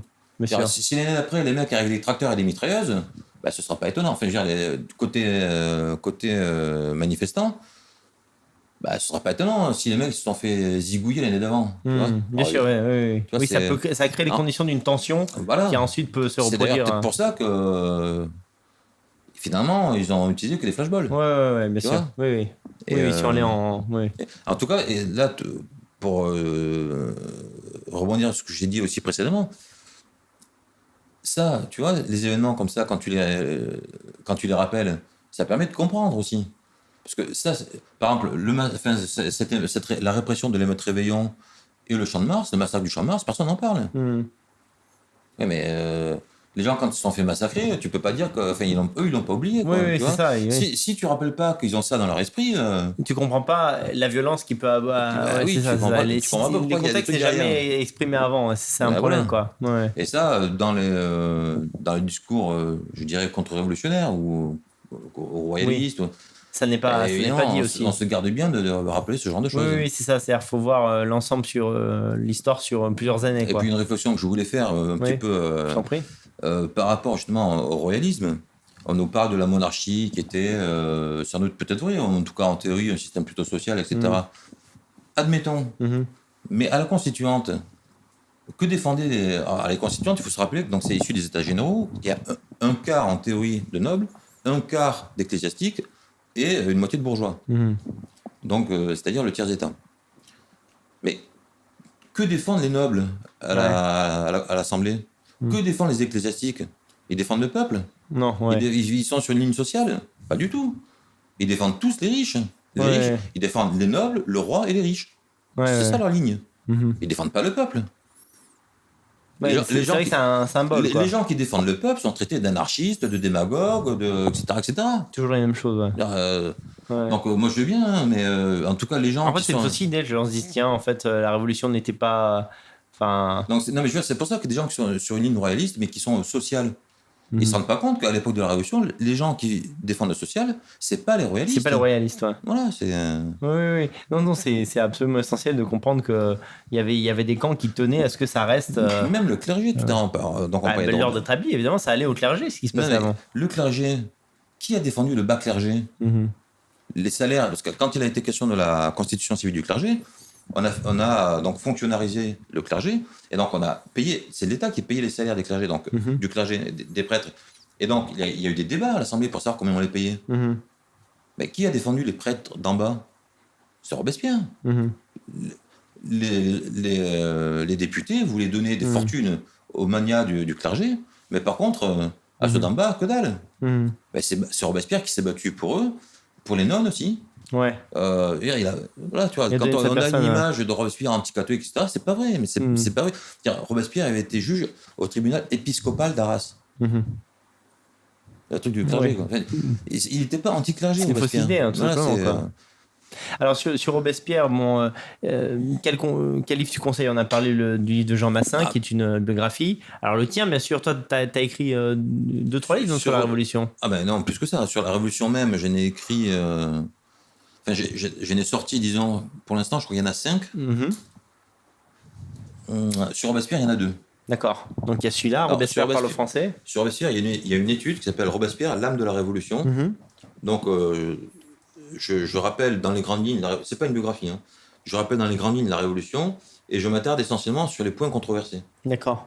La loi du 22 Prairial, l'histoire de l'être suprême, tout ce qu'on reproche, la terreur. Enfin, je donne les chiffres parce que moi, comme j'ai travaillé là-dessus, dans mes ouvrages, je donne les chiffres. Ouais. Enfin, toutes ces questions-là, quoi. Je traite aussi donc dans ce bouquin-là, je traite aussi la question de Robespierre et de la démocratie. Oui. Sa conception à lui de la démocratie. Et là, on se rend compte que, je crois qu'il y a une douzaine de points il y en a peut-être un qui est appliqué aujourd'hui. On n'est pas du tout dans le système que voulait Robespierre. Oui, bien sûr. Je traite également la question de la Vendée, puisqu'on associe souvent Robespierre à la Vendée. Et j'ai fait aussi un bouquin sur la Vendée. Donc, dans ce bouquin-là, je présente 70 pages de documents. Et je mettrai les liens vers les livres dont parle Philippe et qu'il a. Moi, évidemment, je n'adhère pas du tout à la thèse d'Henri Reynald Sécher sur le génocide vendéen. Je ne dis pas qu'il ne s'est rien passé en Vendée. Ce n'est pas ce que je dis du tout. Comprenez bien, hein, les gens qui nous écoutent, je ne dis pas qu'il ne s'est rien passé en Vendée. Je dis que la thèse qui prétend que ce qui s'est passé en Vendée a été le fait d'ordres donnés par Paris, par le comité, c'est ça qui est mensonger. Quoi. D'accord. Le comité n'a pas donné d'ordre pour massacrer tout le monde. Il n'y a pas une volonté génocidaire de Paris contre... Sur place, il y a des gens, effectivement, qui se sont livrés à des massacres, mais ils n'ont pas reçu l'ordre de le faire. Ils l'ont fait. Ouais, c'est essentiel. Et comme la situation à Paris même était compliquée, on les a laissés faire, voire ils ont continué à agir sans qu'on sache trop ce qu'ils faisaient, en fait. Quoi. Ça, ouais. Donc, quand je dis qu'à Paris, la situation était compliquée, il faut quand même se rappeler que celui qui faisait un faux pas finissait à la guillotine. Oui, c'est ça. La Vendée... On marchait sur des œufs à l'époque. La grosse période de la Vendée, la période des gros carnages, c'est grosso modo, c'est février. On est en pleine lutte des factions. C'est la guerre avec les hébertistes, les dantonistes. Et les dantonistes, voilà. Donc, pour le coup, c'est eux qui finissaient la guillotine. Mais quelques mois après, c'est Robespierre qui finit la guillotine. Donc, c'était tendu, quoi. Bien sûr. Donc, après, ce qui s'est passé en Vendée, et puis, entre ce qu'on savait, ce qu'on ne savait pas, ce qu'on devinait, ce qu'on croyait savoir, c'est bon. Mais en tout cas, le comité n'a jamais cautionné ce qui a été fait. Et Turreau, qui a été le maître d'œuvre, en fait, de ça, et qui a agi de sa propre initiative, comme il le dit lui-même dans toutes ses lettres, dans toutes ses lettres, il dit lui-même que c'était son plan, quoi. C'est lui qui l'a mis en œuvre, sans ordre, malgré les ordres. Enfin, rendez à César ce qui est à César. C'est ça. Bon. Après la Révolution, en fait, il s'est fait blanchir par une cour martiale où il a prétendu qu'il avait été l'instrument passif du comité, alors que quand on voit ses lettres de l'époque, c'est plutôt lui qui est le moteur, en réalité. Et donc ça, c'est une partie dans mon bouquin Robespierre, l'âme de la Révolution. Bon, voilà, donc ça, j'ai donné à peu près l'essentiel. Donc, le deuxième bouquin, donc, c'est celui-là, donc, sur ses discours. Disons qu'en fait, grosso modo, l'idée, le mieux, c'est de lire, je pense, une biographie. Oui. Celle-là de Jean Massin est pas mal. Franchement, elle est très très bien. Ouais. Alors, c'est un bouquin qui n'existe plus en neuf. Ouais. On le trouve sur Amazon. On le trouve très facilement en occasion. Sur Amazon, on le trouve partout. Et c'est vraiment très très bien. C'est celui par lequel tu as toi-même découvert Robespierre. Donc, après celui-là, je pense que soit lire mon... Pour ceux qui veulent entrer dans le détail, en connaître plus dans le détail, livre. Soit on peut lire mon Robespierre, l'âme de la Révolution, soit s'attaquer directement à ses discours. D'accord. Et pour ce qui concerne ton ouvrage de théorie politique, le plus important, c'est lequel ? C'est le civisme. C'est le civisme ou théorie de la cité. Ça, c'est ma théorie, c'est l'ouvrage sur ma théorie. Mais on peut trouver, en fait, il y a d'autres ouvrages qu'on trouve dans Tout sur le civisme. C'est un bouquin avec une couverture plutôt rouge et qui réunit en fait 4 ouvrages. D'accord. Sur donc il y a ma théorie. Il y a un premier bouquin, un petit bouquin qui s'appelle Le principe universel de l'ordre social ou base de la société à usage universel. C'est ce que je considère comme étant les principes de la société. Qui découle, selon moi, de l'acte d'association, c'est-à-dire l'acte de s'unir pour survivre. Ouais. Donc ça, c'est le premier bouquin. Deuxième bouquin, c'est Le réquisitoire contre l'argent, ou théorie de l'égalité. Ensuite, on trouve donc cette théorie. Ouais. Et on trouve ensuite un bouquin qui s'appelle Le civisme illustré. C'est le premier que tu m'avais donné. Qui est en fait un livre où je réunis les graphiques que j'ai faits pour mon blog. Quand j'ai écrit ma théorie, il n'y avait pas de graphique, mais moi j'aime bien illustrer les choses. Ouais. Et petit à petit, j'ai fait toute une série de schémas et que finalement j'ai réunis dans un petit bouquin. Ouais. Donc un bouquin qui pourrait en fait compléter mon œuvre sur le civisme, donc tout sur le civisme, c'est mon dernier ouvrage que j'ai sorti l'an dernier, qui est une théorie de la propriété. D'accord. C'est-à-dire une conception de la propriété qui n'a de sens que dans le cadre d'un système non monétaire. D'accord. C'est-à-dire en fait de la propriété dans l'absolu. Parce qu'en fait, nous, on a une conception de la propriété qui est marquée par la logique monétaire en réalité. Ouais. D'ailleurs, c'est la monnaie qui permet d'accéder à la propriété. Donc ça, c'est mon dernier bouquin, celui-là. Oui, en date. Et donc sinon, pour mes autres bouquins donc, sur la Révolution, on a donc la guerre de l'Ouest sur la Vendée. C'est Jean-Yves Dufour qui a fait la préface sur la propriété. La théorie de la propriété est préfacée par Jean-Yves Dufour. Parce qu'il fait partie des gens qui sont convaincus par ta théorie du civisme. Donc je disais, sur la Révolution, donc, il y a ensuite la guerre de l'Ouest, qui est la somme des documents sur la Vendée, côté républicain évidemment, puisque moi je travaille sur le comité de salut public, donc on trouve tous les arrêtés du comité et toutes les lettres quasiment des représentants en mission. Et donc on trouve dans cet ouvrage aussi bien les documents sur lesquels je m'appuie que les documents sur lesquels s'appuient les gens qui soutiennent la thèse adverse. D'accord. Mais quand on a une vue d'ensemble, la thèse adverse ne tient plus. Quoi. J'ai travaillé donc également sur le tribunal révolutionnaire. Oui. Pour faire un graphique, j'ai été aux archives, j'ai sorti tous les cartons et j'ai dressé la liste exacte de tous les gens qui sont passés, de tous les verdicts. Dans ce bouquin-là, donc c'est un gros bouquin aussi, 300 à 900 pages, il y a aussi un travail sur le tribunal du 17 août. Alors je rentre pas dans les détails, mais les gens qui savent ce que c'est comprendront de quoi je parle. Et c'est un tribunal sur lequel il y a très peu d'informations. Donc pareil, j'ai été aux archives, j'ai consulté les registres de ce tribunal, et donc j'ai dressé la liste des gens qui étaient passés. D'accord. On trouve aussi un travail sur les commissions populaires dont j'ai parlé tout à l'heure, les fameuses listes qui avaient été dressées. Il y a aussi une partie sur les conspirations des prisons. D'accord. Donc c'est pareil, les gens qui connaissent la Révolution sauront de quoi je parle. Donc là, on trouve toutes les listes, qui les a validées, etc. Donc ça, c'est le tribunal révolutionnaire de Paris. Qu'est-ce que j'ai sorti encore ? J'ai sorti l'an dernier également un ouvrage sur le bureau de police générale. C'était un organe interne au comité de salut public qu'on dit avoir été géré par le triumvirat Robespierre, Saint-Just-Couton. Et moi, je pense que je remets un peu les choses au point en ayant consulté le registre, encore une fois, qui se confond avec les arrêtés du comité, mais qui visiblement est quand même quelque chose d'à part. Donc là, j'ai fait le registre en fait des arrêtés du comité du bureau de police générale. Et voilà. Et là, je pense que j'ai fait. Et là, en ce moment, je suis en train de travailler sur le comité de salut public. Je vais sortir, je pense, dans le courant de l'année, une compilation des arrêtés du comité de salut public. 2 volumes de 900. 2 volumes, ouais. Alors là, ce sera en A4. Rien que les notes, c'est 900 pages. Voilà. 2 volumes A4 de 900 pages. Voilà, on a fait le tour. On peut dire que le sujet de la Révolution, tu le maîtrises bien. Hein. Ouais, je pense, ouais. Le premier volume, il ne fera pas 900 pages. Mais le deuxième, c'est que les notes. Oui, là, c'est 900 pages. J'y suis déjà, en fait. Là. Je connais déjà la réponse, mais tu es disposé à échanger, à faire des débats, notamment sur la question de la Révolution française ou sur ton projet. Oui. Ah bah absolument, oui. On sait que tu as essayé des fois d'inviter au dialogue et ça n'a pas toujours... Pas toujours, oui. Ouais. En fait, j'ai pas fait de débat en fait, avec qui que ce soit. Hein. Oui. Mais déjà, sur ces sujets-là, qui peut venir sur ce sujet-là ? Si c'est pour parler avec quelqu'un qui s'y connaît moins, hein. Ou qui est totalement ailleurs, si c'est pour parler avec quelqu'un qui est dans le Monopoly... Non, mais même, voilà, pour le civisme... Bon. C'est intéressant de parler à quelqu'un qui est sur une ligne plutôt sortir du système monétaire. C'est intéressant. Ouais. Voilà. Bah, écoute, je te remercie. Je t'en prie, Daniel. Merci à toi. Un puits de science sur la Révolution française, un moment marquant de notre histoire, mais qui est finalement mal connu.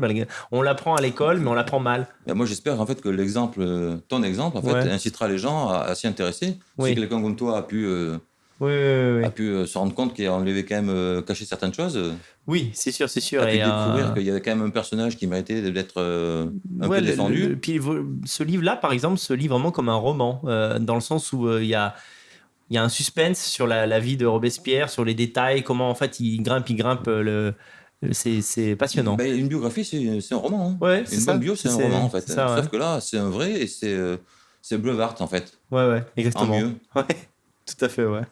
Bon, allez, merci encore, Philippe. Ça a été dur, je mettrai l'adresse. Je mettrai l'adresse de contact pour ceux qui veulent te parler en bas de l'écran, ainsi que ton site internet où se trouve. En fait, sur ton site internet, on trouve les ouvrages à la commande. Oui, on trouve le lien pour les commander. Où il y a même mes ouvrages sur le civisme sont gratuits en PDF. Ah oui, d'accord. On peut évidemment aussi les acheter en papier. Oui, bien sûr. Sont payants. Oui, bien sûr. Bon, et merci à tous. Vive l'Europe et à très bientôt les amis. Bonsoir. Salut.